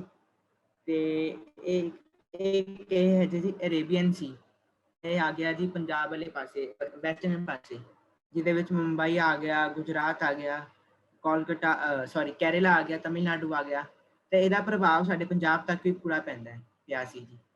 ਸੋ ਇਹ 2 ਸਾਈਕਲੋਨ ਸੀਗੇ ਜਿਹੜੇ ਨੈਸ਼ਨਲ ਲੈਵਲ ਤੇ ਪਿਛਲੇ ਮਹੀਨੇ ਚੱਲੇ ਸੀ ਜੀ। ਸੈਕਿੰਡ ਹੈ ਜੀ 6 months of farmers agitation। ਸਾਨੂੰ ਪਤਾ ਹੈ ਕਿ ਸਾਡੇ ਕਿਸਾਨ ਵੀਰ ਭੈਣਾਂ ਕਿੰਨੇ ਲੰਬੇ ਸਮੇਂ ਤੋਂ ਕਾਲੇ ਕਾਨੂੰਨਾਂ ਕਰਕੇ ਸੜਕਾਂ ਉੱਤੇ ਬੈਠੇ ਨੇ, ਦਿੱਲੀ ਦੇ ਬਾਰਡਰਸ ਉੱਤੇ ਬੈਠੇ ਨੇ। ਤੇ ਪਿਛਲੇ ਮਹੀਨੇ 26 ਨਵੰਬਰ ਤੋਂ 2020 ਤੋਂ ਜਦੋਂ ਦਿੱਲੀ ਬਾਰਡਰਸ ਤੇ ਜਾ ਕੇ ਪਹੁੰਚੇ ਸੀ, ਤਾਂ 26 ਮਈ 2021 ਨੂੰ ਉਹਨਾਂ ਨੇ 6 ਮਹੀਨੇ ਉਹਨਾਂ ਸੜਕਾਂ ਉੱਤੇ ਬੈਠ ਕੇ ਪੂਰੇ ਕੀਤੇ। ਸਰਦੀ ਦੇ ਮੌਸਮ ਦੇ ਵਿੱਚ ਬੈਠ ਕੇ ਜਿਹੜਾ ਉਹਨਾਂ ਨੇ ਲਗਾਏ ਸੀ ਐਜੀਟੇਸ਼ਨ, ਤੇ ਅੱਜ ਤੱਕ ਹੁਣ ਤੱਕ ਗਰਮੀ ਦੇ ਮੌਸਮ ਤੱਕ ਵੀ ਹਾਲੇ ਤੱਕ ਉੱਥੇ ਹੀ ਬੈਠੇ ਹੋਏ ਨੇ, ਅਡੋਲ ਬੈਠੇ ਹੋਏ ਨੇ। ਤੇ ਉਸ ਕਰਕੇ ਉਹਨਾਂ ਨੇ ਉਸ ਦਿਨ ਨੂੰ ਬਲੈਕ ਡੇ, ਕਾਲਾ ਦਿਵਸ ਕਰਕੇ ਮਨਾਇਆ ਸੀ। ਜੋ ਨੈਸ਼ਨਲ ਲੈਵਲ ਦੇ ਉੱਤੇ ਬੜੀ ਵੱਡੀ ਗਤੀਵਿਧੀ ਸੀਗੀ ਤੇ ਸਾਨੂੰ ਆਪਣੇ ਕਿਸਾਨਾਂ ਦਾ ਪੂਰਾ ਸਾਥ ਦੇਣਾ ਚਾਹੀਦਾ ਹੈ ਤਾਂ ਕਿ ਉਹ ਆਪਣੇ ਹੱਕ ਲੈ ਸਕਣ ਜੀ। ਤੇ ਇਹ ਕੁਝ ਤਸਵੀਰਾਂ ਨੇ ਜਿਹੜੀਆਂ ਉਸ ਦਿਨ 26 ਮਈ 2021 ਨੂੰ ਦੇਖੀਆਂ ਗਈਆਂ ਸੀਗੀਆਂ ਪੰਜਾਬ ਦੇ ਪਿੰਡਾਂ ਵਿੱਚ, ਹੋਰ ਸ਼ਹਿਰਾਂ ਵਿੱਚ, ਕਿ ਕਿੱਦਾਂ ਲੋਕ ਆਪਣੇ ਘਰਾਂ ਉੱਤੇ ਚੜ੍ਹ ਕੇ ਐਕਟਿਵਾ ਉੱਤੇ, ਟਰੈਕਟਰਾਂ ਉੱਤੇ ਕਾਲੇ ਝੰਡੇ ਲਹਿਰਾ ਰਹੇ ਸਨ। ਸੋ ਇਹ ਸਾਡੇ ਜਿਹੜਾ ਸੀਗਾ 6 months of farmers agitation ਪਿਛਲੇ ਮਹੀਨੇ 26 ਮਈ 2021 ਨੂੰ ਪੂਰੇ ਕੰਪਲੀਟ ਹੋਈ ਸੀ। ਹਾਂਜੀ, ਸੋ ਆਪਣਾ ਹੁਣ ਇੰਟਰਨੈਸ਼ਨਲ ਲੈਵਲ ਦੇ ਉੱਤੇ ਗੱਲ ਕਰੀਏ ਤਾਂ ਸਭ ਤੋਂ ਵੱਡੀ ਪਿਛਲੇ ਮਹੀਨੇ ਗਤੀਵਿਧੀ ਹੋਈ ਸੀਗੀ ਇਜ਼ਰਾਈਲ ਐਂਡ ਪੈਲੇਸਟਾਈਨ ਕਨਫਲਿਕਟ। ਜਿਹੜੇ ਨਿਊਜ਼ਪੇਪਰਸ ਪੜ੍ਹਦੇ ਹੁੰਦੇ ਨੇ ਉਹਨਾਂ ਨੂੰ ਪਤਾ ਹੋਏਗਾ ਕਿ ਇਜ਼ਰਾਈਲ ਦੇ ਵਿੱਚ ਤੇ ਪੈਲੇਸਟਾਈਨ ਦੇ ਵਿੱਚ ਬੜੀ ਵੱਡੀ ਵਾਰ ਲੱਗ ਗਈ ਸੀ ਪਿਛਲੇ ਮਹੀਨੇ, ਜਿਹੜੀ ਜੇ ਜ਼ਿਆਦਾ ਭਿਆਨਕ ਹੁੰਦੀ ਤਾਂ ਉਹਨੂੰ World War III ਵੀ ਕਿਹਾ ਜਾ ਸਕਦਾ ਸੀ। ਤੇ ਉਹਦੇ ਵਿੱਚ ਇਜ਼ਰਾਈਲ ਦੇ ਵਿੱਚ 12 ਸਿਵਿਲੀਅਨਸ ਮਰ ਗਏ ਸੀ ਤੇ 333 ਇੰਜਰਡ ਹੋ ਗਏ ਸੀ, ਤੇ ਪੈਲੇਸਟਾਈਨ ਦੇ ਵਿੱਚ 227 ਸਿਵਿਲੀਅਨਸ ਕਿਲਡ ਹੋ ਗਏ ਸੀ ਤੇ 64 ਵਿੱਚ ਜਿਨ੍ਹਾਂ ਦੇ ਵਿੱਚ 64 ਚਿਲਡਰਨ ਵੀ ਸੀਗੇ। ਸੋ ਇੰਟਰਨੈਸ਼ਨਲ ਪੋਲੀਟੀਕਲ ਰਿਲੇਸ਼ਨਸ ਦੇ ਉੱਤੇ ਗੱਲ ਕਰੀਏ, ਜਿਹੜਾ ਕਰੰਟ ਅਫੇਅਰਸ ਦਾ ਹੀ ਬੜਾ ਵੱਡਾ ਟੌਪਿਕ ਹੁੰਦਾ ਹੈ, ਤੇ ਉਹਦੇ ਲਈ ਦੋ ਰੀਜ਼ਨਸ ਨੇ। ਉਹਦੇ ਲਈ ਰੀਜ਼ਨ ਹੈ ਜੀ ਜਿਹੜਾ ਇਹਨਾਂ ਦਾ ਗ੍ਰਾਫ ਇੱਕ ਤਾਂ ਹੈਗਾ, ਮੈਂ ਤੁਹਾਨੂੰ ਸ਼ੋ ਹੋ ਰਿਹਾ ਹੋਏਗਾ ਗ੍ਰਾਫ, ਇਜ਼ਰਾਈਲ ਦੇ ਵਿੱਚ ਤੇ ਪੈਲੇਸਟਾਈਨ ਦਾ ਇਹ ਗ੍ਰਾਫ ਹੈ। ਆ ਜਿਹੜਾ ਸਕਿਨ ਵਾਲਾ ਪਾਰਟ ਹੈ ਇਹ ਸਾਰਾ ਇਜ਼ਰਾਈਲ ਦਾ ਏਰੀਆ ਹੈ, ਤੇ ਆ ਜਿਹੜਾ ਗ੍ਰੀਨ ਵਾਲਾ ਪਾਰਟ ਹੈ ਇਹ ਸਾਰਾ ਹੈਗਾ ਪੈਲੇਸਟਾਈਨ ਦਾ ਏਰੀਆ। ਥੋੜਾ ਜਿਹਾ ਅਜੀਬ ਜਿਹਾ ਹੈਗਾ ਕਿਉਂਕਿ ਅਗਰ ਅਸੀਂ ਇੱਥੇ ਗ੍ਰੀਨ ਦੇ ਵਿੱਚ ਆਵਾਂਗੇ ਤਾਂ ਆਪਾਂ ਪੈਲੇਸਟਾਈਨ ਦੇ ਵਿੱਚ ਹੋਵਾਂਗੇ, ਸਕਿਨ ਦੇ ਵਿੱਚ ਆਵਾਂਗੇ ਤਾਂ ਫਿਰ ਆਪਾਂ ਇਜ਼ਰਾਈਲ ਦੇ ਵਿੱਚ ਹੋ ਜਾਵਾਂਗੇ, ਫਿਰ ਥੋੜਾ ਅੱਗੇ ਜਾਵਾਂਗੇ ਫਿਰ ਇਜ਼ਰਾਈਲ ਦੇ ਵਿੱਚ ਪੈਲੇਸਟਾਈਨ ਦੇ ਵਿੱਚ ਹੋ ਜਾਵਾਂਗੇ। ਸੋ ਇਹ ਇਹਨਾਂ ਦੇ ਮੈਪ ਕਰਕੇ ਇਹਨਾਂ ਨੂੰ ਬਹੁਤ ਪਿਛਲੇ 100 ਤੋਂ ਵੱਧ ਸਾਲਾਂ ਤੋਂ ਇਹਨਾਂ ਦੇ ਵਿੱਚ ਇਹ ਚੀਜ਼ ਦਾ ਮਸਲਾ ਹੈਗਾ। ਤੇ ਪਿਛਲੇ ਮਹੀਨੇ ਕੀ ਹੋਇਆ ਕਿ ਜਿਹੜਾ ਹੈਗਾ ਹੈ ਇਜ਼ਰਾਈਲ ਨੇ ਪੈਲੇਸਟਾਈਨ ਦੇ ਇੱਕ ਮੌਸਕਿਊ ਉੱਤੇ, ਜਿਹੜਾ ਮਸਜਿਦ ਹੁੰਦਾ ਹੈ ਮੁਸਲਮਾਨਾਂ ਦਾ, ਤੇ ਉਹਦੇ ਉੱਤੇ ਕਬਜ਼ਾ ਕਰ ਲਿਆ ਸੀਗਾ। ਤੇ ਆ ਜਿਹੜਾ ਹੈਗਾ ਗਾਜ਼ਾ, ਇਹਨੂੰ ਕਹਿੰਦੇ ਗਾਜ਼ਾ ਬੈਲਟ, ਇਹ ਵੀ ਪੈਲੇਸਟਾਈਨ ਦਾ ਹੀ ਹਿੱਸਾ ਹੈਗਾ। ਤੇ ਇਹਦੇ ਵਿੱਚ ਉਹਨਾਂ ਨੂੰ ਜਦੋਂ ਇਜ਼ਰਾਈਲ ਨੇ ਪੈਲੇਸਟਾਈਨ ਦੇ ਮੌਸਕਿਊ ਉੱਤੇ ਕਬਜ਼ਾ ਕਰ ਲਿਆ ਸੀਗਾ, ਤੇ ਗਾਜ਼ਾ ਜਿਹੜਾ ਸੀਗਾ, ਗਾਜ਼ਾ ਨੇ ਇਜ਼ਰਾਈਲ ਦੇ ਉੱਤੇ ਆਪਣੇ ਰੌਕੇਟਸ ਸੁੱਟਣੇ ਸ਼ੁਰੂ ਕਰਤੇ ਸੀਗੇ, ਤੇ ਇਸ ਨਾਲ ਇਜ਼ਰਾਈਲ ਨੇ ਵੀ ਫਿਰ ਆਪਣੇ ਰੌਕੇਟਸ ਸੁੱਟਣੇ ਸ਼ੁਰੂ ਕਰਤੇ ਸੀਗੇ, ਜਿਸ ਕਰਕੇ ਦੋਨਾਂ ਦੇ ਵਿੱਚ ਬੜੀ ਵੱਡੀ ਭਿਆਨਕ ਜੰਗ ਲੱਗ ਗਈ ਸੀ ਇੱਕ ਸਮੇਂ ਤੇ ਆ ਕੇ, ਜਿਹਦੇ ਵਿੱਚ ਬੜੇ ਲੋਕਾਂ ਦਾ ਨੁਕਸਾਨ ਹੋਇਆ ਸੀ, ਬੜੀਆਂ ਬਿਲਡਿੰਗਸ ਦਾ ਨੁਕਸਾਨ ਹੋਇਆ ਸੀ, ਬੜਾ ਹੀ ਇਕਨੋਮੀ ਦਾ ਨੁਕਸਾਨ ਹੋਇਆ ਸੀ।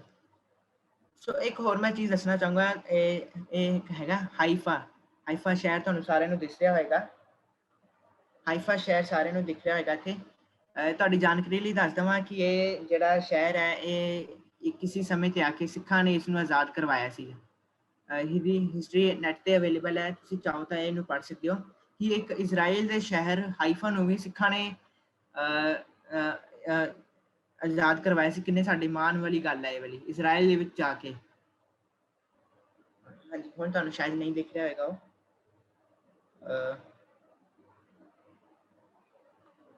ਸੋ ਨੈਕਸਟ ਪੁਆਇੰਟ ਹੈ ਜੀ, ਇਹ ਕੁਝ ਤਸਵੀਰਾਂ ਨੇ ਜਿਹੜੀਆਂ ਦੋਨਾਂ ਦੇਸ਼ਾਂ ਦੇ ਵਿੱਚ ਜਦੋਂ ਜੰਗ ਲੱਗੀ ਸੀ ਤਾਂ ਕਿੱਦਾਂ ਉਹਨਾਂ ਦੇ ਵਿੱਚ ਤੋਪਾਂ ਨਾਲ, ਟੈਂਕਾਂ ਨਾਲ ਹਮਲੇ ਹੋ ਰਹੇ ਸੀ, ਰੌਕੇਟਸ ਨਾਲ ਹਮਲੇ ਹੋ ਰਹੇ ਸੀ, ਤੇ ਕਿੰਨੀਆਂ ਹੀ ਬਿਲਡਿੰਗਸ ਦਾ ਨੁਕਸਾਨ ਹੋਇਆ ਸੀ, ਕਿੰਨੇ ਬੱਚਿਆਂ ਦੀਆਂ ਜਾਨਾਂ ਗਈਆਂ ਸੀ, ਤੇ ਕਿੰਨੇ ਹੋਰ ਇਕਨੋਮੀ ਦਾ ਨੁਕਸਾਨ ਹੋਇਆ ਸੀ।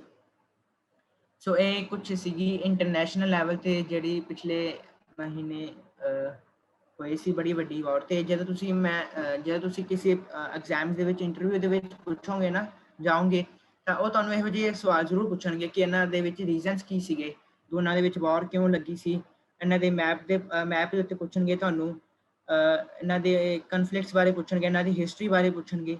ਸੋ ਇਹ ਸਾਨੂੰ ਜੇ ਆਪਾਂ ਕੰਪੀਟੀਟਿਵ ਐਗਜ਼ਾਮਸ ਦੇ ਵੱਲ ਜਾਣਾ ਤਾਂ ਸਾਨੂੰ ਇਹਨਾਂ ਬਾਰੇ ਜ਼ਰੂਰ ਪਤਾ ਹੋਣਾ ਚਾਹੀਦਾ ਹੈ। ਨੈਕਸਟ ਹੈ ਜੀ Stratolaunch test flies world's largest flight. So ਇਹ ਤੁਸੀਂ ਦੇਖ ਰਹੇ ਹੋਗੇ ਆਪਣੀ ਸਕਰੀਨ ਤੇ, ਇਹ ਜਹਾਜ਼ ਹੈ, ਇਹ ਕੋਈ ਦੋ ਜਹਾਜ਼ ਨਹੀਂ ਹੈਗੇ, ਇਹ ਇੱਕ ਹੀ ਜਹਾਜ਼ ਹੈ, ਇੱਕ ਹੀ ਜਹਾਜ਼ ਹੈ ਤੇ ਇਹਨਾਂ ਨੂੰ ਇਸ ਨੂੰ ਦੁਨੀਆ ਦਾ ਸਭ ਤੋਂ ਵੱਡਾ ਜਹਾਜ਼ ਮੰਨਿਆ ਜਾਂਦਾ ਹੈ। ਦੁਨੀਆ ਦਾ ਸਭ ਤੋਂ ਵੱਡਾ ਜਹਾਜ਼ ਹੈ ਤੇ ਇਹ ਤਾਂ ਹਾਲੇ ਤੁਹਾਨੂੰ ਫੋਟੋ ਵਿੱਚ ਭਾਵੇਂ ਛੋਟਾ ਲੱਗ ਰਿਹਾ ਹੋਵੇ, ਮੈਂ ਅਗਲੀ ਸਲਾਈਡ ਦੇ ਵਿੱਚ ਇਹਦੀ ਵੱਡੀ ਫੋਟੋ ਵੀ ਲਿਖਾਈ ਹੈ।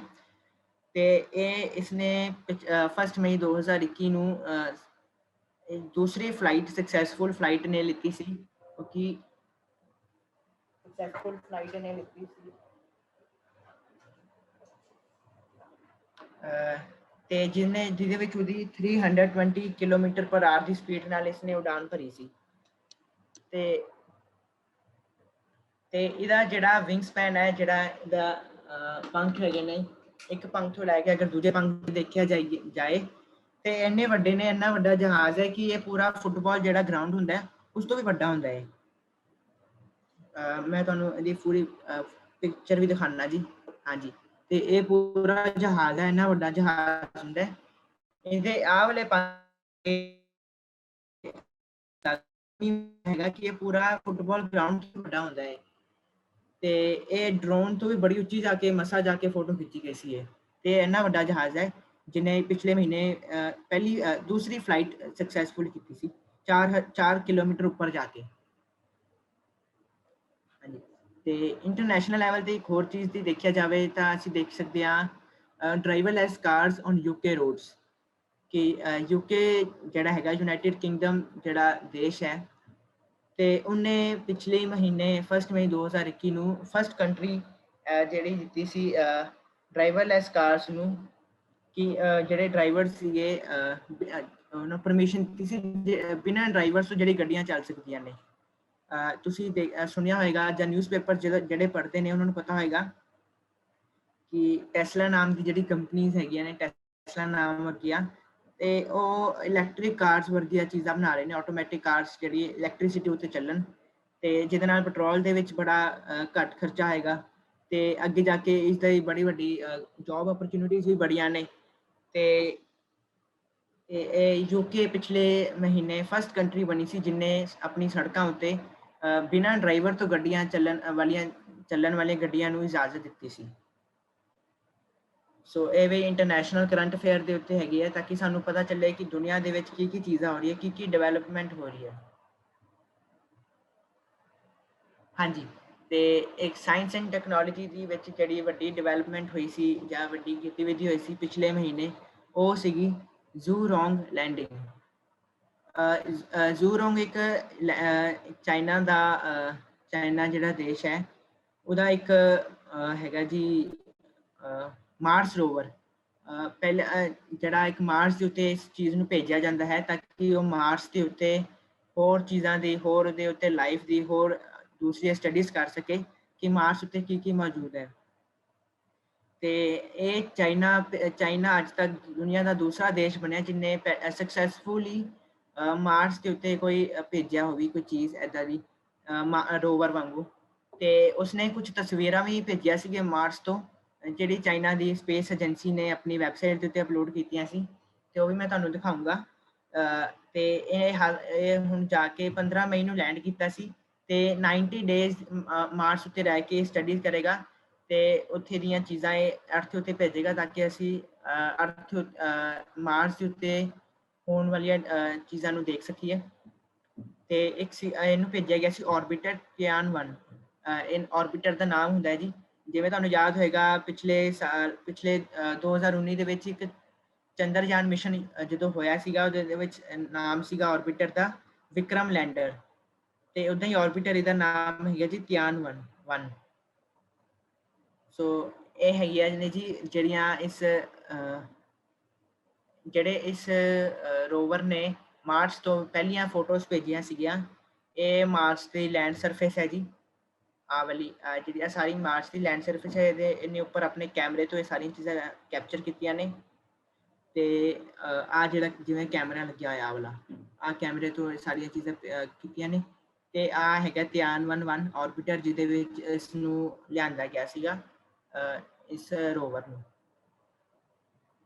ਸੋ ਇੰਟਰਨੈਸ਼ਨਲ ਲੈਵਲ ਦੇ ਉੱਤੇ, ਸਾਇੰਸ ਟੈਕਨੋਲੋਜੀ ਲੈਵਲ ਦੇ ਉੱਤੇ ਸਾਨੂੰ ਪੁੱਛਿਆ ਜਾ ਸਕਦਾ ਹੈ ਕਿ ਕਿਹੜਾ ਸਕਸੈਸਫੁਲੀ ਦੂਸਰਾ ਦੇਸ਼ ਬਣਿਆ ਜਿਹਨੇ ਮਾਰਸ ਦੇ ਉੱਤੇ ਐਸੀ ਚੀਜ਼ ਭੇਜੀ ਹੈ। ਹਾਂਜੀ, ਤੇ ਦੂਸਰਾ ਹੈਗਾ ਜੀ ਇੰਟਰਨੈਟ ਐਕਸਪਲੋਰਰ ਰਿਟਾਇਰਸ। ਜਿਨ੍ਹਾਂ ਕੋਲ ਕੰਪਿਊਟਰ ਹੋਏਗਾ ਜਾਂ ਜਿਨ੍ਹਾਂ ਕੋਲ ਲੈਪਟਾਪਸ ਹੋਣਗੇ ਉਹਨਾਂ ਨੇ ਦੇਖਿਆ ਹੋਏਗਾ ਕਿ ਵਿੰਡੋ 7 ਹੁੰਦੀ ਹੈ, ਉਹਨਾਂ ਨੇ ਦੇਖਿਆ ਹੋਏਗਾ ਕਿ ਉਹਨਾਂ ਦੇ ਜਿਹੜਾ ਵੈਬ ਬਰਾਊਜ਼ਰ ਹੈ ਉਹਦਾ ਨਾਮ ਇੰਟਰਨੈਟ ਐਕਸਪਲੋਰਰ ਹੈਗਾ। ਇੰਟਰਨੈਟ ਐਕਸਪਲੋਰਰ, ਜੇ ਕਿਸੇ ਨੂੰ ਯਾਦ ਨਹੀਂ ਹੈ ਮੈਂ ਉਹਦੀ ਪਿਕਚਰ ਵੀ ਦਿਖਾ ਦਿੰਦਾ ਜੀ। ਤੇ ਉਹ ਜਿਹੜਾ ਹੋਏਗਾ ਤੇ ਮਾਈਕਰੋਸਾਫਟ ਜਿਹੜੀ ਉਹਦੀ ਕੰਪਨੀ ਹੈ ਜਿਹਨੇ ਇਸ ਚੀਜ਼ ਨੂੰ ਬਣਾਇਆ ਹੈ, ਤੇ ਉਸਨੇ ਇਹ ਫੈਸਲਾ ਕੀਤਾ ਹੈ ਕਿ 2022 ਮਈ ਤੋਂ ਜੂਨ 2022 ਤੋਂ ਬਾਅਦ ਇਸ ਨੂੰ ਬੰਦ ਕਰਕੇ ਮਾਈਕਰੋਸਾਫਟ ਐਜ ਇਹ ਵਾਲੇ ਵੈਬ ਬਰਾਊਜ਼ਰ ਨੂੰ ਸ਼ੁਰੂ ਕਰ ਦਿੱਤਾ ਜਾਏਗਾ। ਜੇ ਟੈਕਨੋਲੋਜੀ ਉੱਤੇ ਗੱਲ ਕਰੀਏ ਕਰੰਟ ਅਫੇਅਰਸ ਦੇ ਉੱਤੇ, ਤੇ ਇਹ ਬੜਾ ਵੱਡਾ ਫੈਸਲਾ ਹੈਗਾ ਹੈ ਮਾਈਕਰੋਸਾਫਟ ਦਾ, ਇੰਟਰਨੈਟ ਐਕਸਪਲੋਰਰ ਬੰਦ ਕਰਕੇ ਐਜ ਸ਼ੁਰੂ ਕਰਨਾ। ਸੋ ਇੱਕ ਹੋਰ ਹੈਗਾ ਜੀ ਸਪੇਨਸ ਟੌਪਸ ਅਵਾਰਡ ਅਮਰਤਿਆ ਸੈਨ। ਕਿਸੇ ਨੇ ਪਹਿਲਾਂ ਅਮਰਤਿਆ ਸੈਨ ਦਾ ਨਾਮ ਸੁਣਿਆ ਹੈ ਜੀ? ਕੋਈ ਚੈਟ ਬਾਕਸ ਦੇ ਵਿੱਚ ਅਮਰਤਿਆ ਸੈਨ ਬਾਰੇ ਕੋਈ ਜਾਣਦਾ ਹੋਵੇ ਤਾਂ ਲਿਖ ਸਕਦਾ ਹੈ ਉਹਨਾਂ ਬਾਰੇ। ਹਾਂਜੀ, ਨਿਰਮਲਪ੍ਰੀਤ ਸਿੰਘ ਜੀ ਕਹਿੰਦੇ ਹਾਂਜੀ। ਨਵਨੀਤ ਕੌਰ ਜੀ ਨਹੀਂ ਜੀ, ਇਹ ਮੈਨ ਨੇ, ਇਹਨਾਂ ਦੀ ਫੋਟੋ ਵੀ ਲੱਗੀ ਹੋਈ ਹੈ ਉੱਪਰ, ਅਮਰਤਿਆ ਸੈਨ। ਤੇ ਜੀ ਬੜਿਆਂ ਨੇ ਯੈਸ ਕਿਹਾ। ਤੇ ਜੇ ਕਿਸੇ ਨੂੰ ਨਹੀਂ ਵੀ ਪਤਾ ਮੈਂ ਦੱਸ ਦਿੰਦਾ ਜੀ, ਅਮਰਤਿਆ ਸੈਨ ਹੈਗੇ ਨੇ ਨੋਬਲ ਪੀਸ ਪ੍ਰਾਈਜ਼ ਵਿਨਰ। ਅਸੀਂ ਹੁਣੇ ਸਭ ਤੋਂ ਪਹਿਲਾ ਕੁਐਸਚਨ ਅਸੀਂ ਗੱਲ ਕੀਤੀ ਸੀਗੀ ਨੋਬਲ ਪ੍ਰਾਈਜ਼ ਦੀ, ਜਿਹੜਾ ਵਰਲਡ ਦਾ ਸਭ ਤੋਂ ਵੱਡਾ ਪ੍ਰਾਈਜ਼ ਹੁੰਦਾ ਹੈ, ਤੇ ਉਹ ਪ੍ਰਾਈਜ਼ ਨੂੰ ਇਹਨਾਂ ਨੇ ਜਿੱਤਿਆ ਹੋਇਆ ਹੈ। ਇਹ ਨੋਬਲ ਪ੍ਰਾਈਜ਼ ਵਿਨਰ ਨੇ, ਇਹਨਾਂ ਨੂੰ ਨੋਬਲ ਪ੍ਰਾਈਜ਼ ਮਿਲਿਆ ਹੋਇਆ ਜਿਹਦੀ ਆਪਾਂ ਪਹਿਲਾਂ ਗੱਲ ਕੀਤੀ ਸੀ। ਤੇ ਹੁਣੇ ਰੀਸੈਂਟਲੀ ਇਹਨਾਂ ਨੂੰ ਸਪੇਨ ਦਾ ਜਿਹੜਾ ਸਭ ਤੋਂ ਵੱਡਾ ਅਵਾਰਡ ਹੁੰਦਾ ਹੈ, ਸਪੇਨ ਉਹਦਾ ਨਾਮ ਹੁੰਦਾ ਜੀ ਪ੍ਰਿੰਸੈਸ ਆਫ ਆਸਟ੍ਰੇਲੀਅਸ ਅਵਾਰਡ। ਉਹਦੇ ਵਿੱਚ ਇਹਨਾਂ ਨੂੰ ਸੋਸ਼ਲ ਸਾਇੰਸ ਦੀ ਕੈਟੇਗਰੀ ਦੇ ਵਿੱਚ ਇੱਕ ਬੜੇ ਵੱਡੇ ਇਕਨੋਮਿਸਟ ਨੇ, ਇਹਨਾਂ ਨੂੰ ਬੜਾ ਇਕਨੋਮਿਕਸ ਦਾ ਹੈਗਾ ਗਿਆਨ ਹੈਗਾ, ਤੇ ਇਹਨਾਂ ਨੂੰ ਪ੍ਰਾਈਜ਼ ਦਿੱਤਾ ਗਿਆ ਸੀਗਾ ਪ੍ਰਿੰਸੈਸ ਆਫ ਆਸਟ੍ਰੇਲੀਅਸ ਅਵਾਰਡ, ਜਿਹੜਾ ਸਪੇਨ ਦਾ ਸਭ ਤੋਂ ਵੱਡਾ ਅਵਾਰਡ ਹੁੰਦਾ ਹੈ, ਤੇ ਇਹਨਾਂ ਨੂੰ ਮਿਲਿਆ ਸੀਗਾ। ਉਹਦੇ ਵਿੱਚ ਇਹਨਾਂ ਨੂੰ ਕੈਸ਼ ਪ੍ਰਾਈਜ਼ ਆਫ 50,000 ਯੂਰੋਜ਼, ਲਗਭਗ 45 ਲੱਖ ਦੇ ਕਰੀਬ ਇਹਨਾਂ ਨੂੰ ਪ੍ਰਾਈਜ਼ ਮਿਲਿਆ ਸੀਗਾ। ਸਪੇਨ ਦੇ ਵਿੱਚ ਸਭ ਤੋਂ ਵੱਡਾ ਅਵਾਰਡ ਮਿਲਿਆ ਸੀ। ਨੋਬਲ ਪ੍ਰਾਈਜ਼ ਇਹਨਾਂ ਨੂੰ ਮਿਲਿਆ ਹੋਇਆ ਹੈ। Sen is a Nobel prize laureate and a notable economics, ਬੜੇ ਵੱਡੇ ਇਕਨੋਮਿਕਸ ਨੇ ਆ। ਸੋ ਇਹਨਾਂ ਨੂੰ ਅਚੀਵਮੈਂਟਸ ਦੇ ਵਿੱਚ ਇਹਨਾਂ ਦੀ ਬੜੀ ਵੱਡੀ ਅਚੀਵਮੈਂਟ ਹੈ ਜੀ। ਸੋ ਸਾਡੇ ਲਾਸਟ ਹੈ ਜੀ ਸੋਸ਼ਲ ਵੈਲਫੇਅਰ ਦੇ ਵਿੱਚ ਕੈਟੇਗਰੀ ਦੇ ਵਿੱਚ ਹੀਰੋ ਸੇਵੀਅਰ ਤਪਤੇਜਦੀਪ ਸਿੰਘ ਜੀ। ਤਪਤੇਜਦੀਪ ਸਿੰਘ ਜੀ ਇੱਕ ਸੈਂਟ ਜੋਰਜ ਦੇ ਵਿੱਚ ਰਹਿੰਦੇ ਸੀਗੇ, ਜਿਨ੍ਹਾਂ ਨੇ ਜਿਹੜੇ ਪਿਛਲੇ ਮਹੀਨੇ 26 ਮਈ ਨੂੰ ਇੱਕ ਬੰਦੇ ਨੇ ਆ ਕੇ ਉੱਥੇ ਸੈਂਟ ਜੋਰਜ ਦੇ ਏਰੀਆ ਦੇ ਵਿੱਚ ਆ ਕੇ ਬੜੀ ਸਾਰੀ ਗੋਲੀਬਾਰੀ ਕੀਤੀ ਤੇ ਰੈਂਪੇਜ ਫਾਇਰਿੰਗ ਕੀਤੀ ਸੈਂਟ ਜੋਰਜ ਦੇ ਵਿੱਚ। ਤੇ ਉਹਦੇ ਵਿੱਚ ਇਹਨਾਂ ਨੇ ਦੂਸਰੇ ਲੋਕਾਂ ਨੂੰ ਬਚਾਉਣ ਦੇ ਵਿੱਚ ਦੂਸਰੇ ਬੰਦਿਆਂ ਨੂੰ ਕਹਿਣ ਲਈ ਕਿ ਤੁਸੀਂ ਛੁਪ ਜਾਓ ਬਾਹਰ, ਜਿਹੜੀ ਰੈਂਪੇਜ ਫਾਇਰਿੰਗ ਹੋ ਰਹੀ ਹੈ, ਉਹਦੇ ਵਿੱਚ ਇਹਨਾਂ ਨੇ ਆਪਣੀ ਜਾਨ ਗਵਾ ਦਿੱਤੀ ਸੀ ਜੀ। ਸੋ ਸੋਸ਼ਲ ਵੈਲਫੇਅਰ ਕਰਦੇ ਇਹਨਾਂ ਨੇ ਆਪਣੀ ਜਾਨ ਦਿੱਤੀ ਹੈ ਜੀ। ਸੋ ਸਾਨੂੰ ਪਤਾ ਹੋਣਾ ਚਾਹੀਦਾ ਹੈ ਸਾਡੇ ਜਿੱਥੇ ਗੁਰਸਿੱਖ ਸੇਵਾ ਕਰਦੇ ਨੇ, ਸਾਡੇ ਵੱਡੀ ਪੋਜੀਸ਼ਨਸ ਤੇ ਪਹੁੰਚਦੇ ਨੇ, ਉੱਥੇ ਇਹੋ ਜਿਹੇ ਗੁਰਸਿੱਖ ਦੂਸਰਿਆਂ ਦੀ ਜਾਨ ਬਚਾਉਣ ਲਈ ਆਪਣੀ ਜਾਨ ਦੀ ਬਾਜ਼ੀ ਲਗਾ ਦਿੰਦੇ ਨੇ।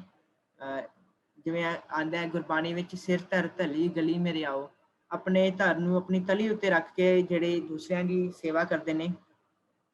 ਸੋ ਸਾਨੂੰ ਇਹੋ ਜਿਹੇ ਗੁਰਸਿੱਖਾਂ ਉੱਤੇ ਮਾਣ ਹੋਣਾ ਚਾਹੀਦਾ ਤੇ ਸਾਨੂੰ ਪਤਾ ਹੋਣਾ ਚਾਹੀਦਾ ਕਰੰਟ ਅਫੇਅਰਸ ਦੇ ਵਿੱਚ ਵੀ ਕਿ ਇਹੋ ਜਿਹੇ ਸੇਵੀਅਰ ਤਪਤੇਜਦੀਪ ਸਿੰਘ ਜੀ ਵਾਂਗੂ ਜਿਨ੍ਹਾਂ ਨੇ ਦੂਸਰਿਆਂ ਦੀ ਜਾਨ ਬਚਾਉਣ ਵਿੱਚ ਆਪਣੀ ਜਾਨ ਦੇ ਦਿੱਤੀ ਸੀਗੀ।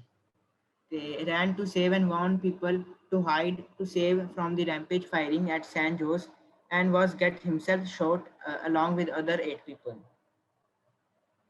ਇਹ ਕੁਝ ਸੀਗੀਆਂ ਕਰੰਟ ਅਫੇਅਰਸ ਕੀ। ਸੋ ਸਭ ਤੋਂ ਪਹਿਲਾਂ ਹੁਣ ਸਾਡਾ ਹੋਏਗਾ ਕਿ how to know current affairs. ਸਭ ਤੋਂ ਪਹਿਲਾਂ ਸਾਡਾ ਹੈਗਾ ਜੀ how to know current affairs. ਸਭ ਤੋਂ ਜੇ ਤੁਸੀਂ ਆਪਣੀ ਕਰੰਟ ਅਫੇਅਰਸ ਵਧਾਉਣੀ ਹੈ, ਜੇ ਤੁਸੀਂ ਕੰਪੀਟੀਟਿਵ ਐਗਜ਼ਾਮਸ ਵੱਲ ਜਾਣਾ ਹੈ, ਆਪਣੇ ਆਪ ਨੂੰ ਗਲੋਬਲ ਲੈਵਲ ਦੇ ਉੱਤੇ ਦੇਖਣਾ ਹੈ ਕਿ ਮੈਂ ਗਲੋਬਲ ਲੈਵਲ ਦੇ ਉੱਤੇ ਕਿੱਥੇ ਡਿਵੈਲਪ ਕੀਤਾ ਹੈ, ਕਿਸ ਚੀਜ਼ਾਂ ਉੱਤੇ ਡਿਵੈਲਪਮੈਂਟ ਕੀਤੀ ਹੈ, ਕਿਸ ਉੱਤੇ ਮੇਰੀ ਘਾਟ ਹੈਗੀ ਹੈ, ਕਿਸ ਤਰ੍ਹਾਂ ਮੈਂ ਉਹਨੂੰ ਇੰਪਰੂਵ ਕਰ ਸਕਦਾ। ਤੇ ਸਭ ਤੋਂ ਪਹਿਲੀ ਚੀਜ਼ ਸਾਨੂੰ ਨਿਊਜ਼ਪੇਪਰਸ ਰੋਜ਼ ਪੜ੍ਹਨਾ ਚਾਹੀਦਾ ਹੈ।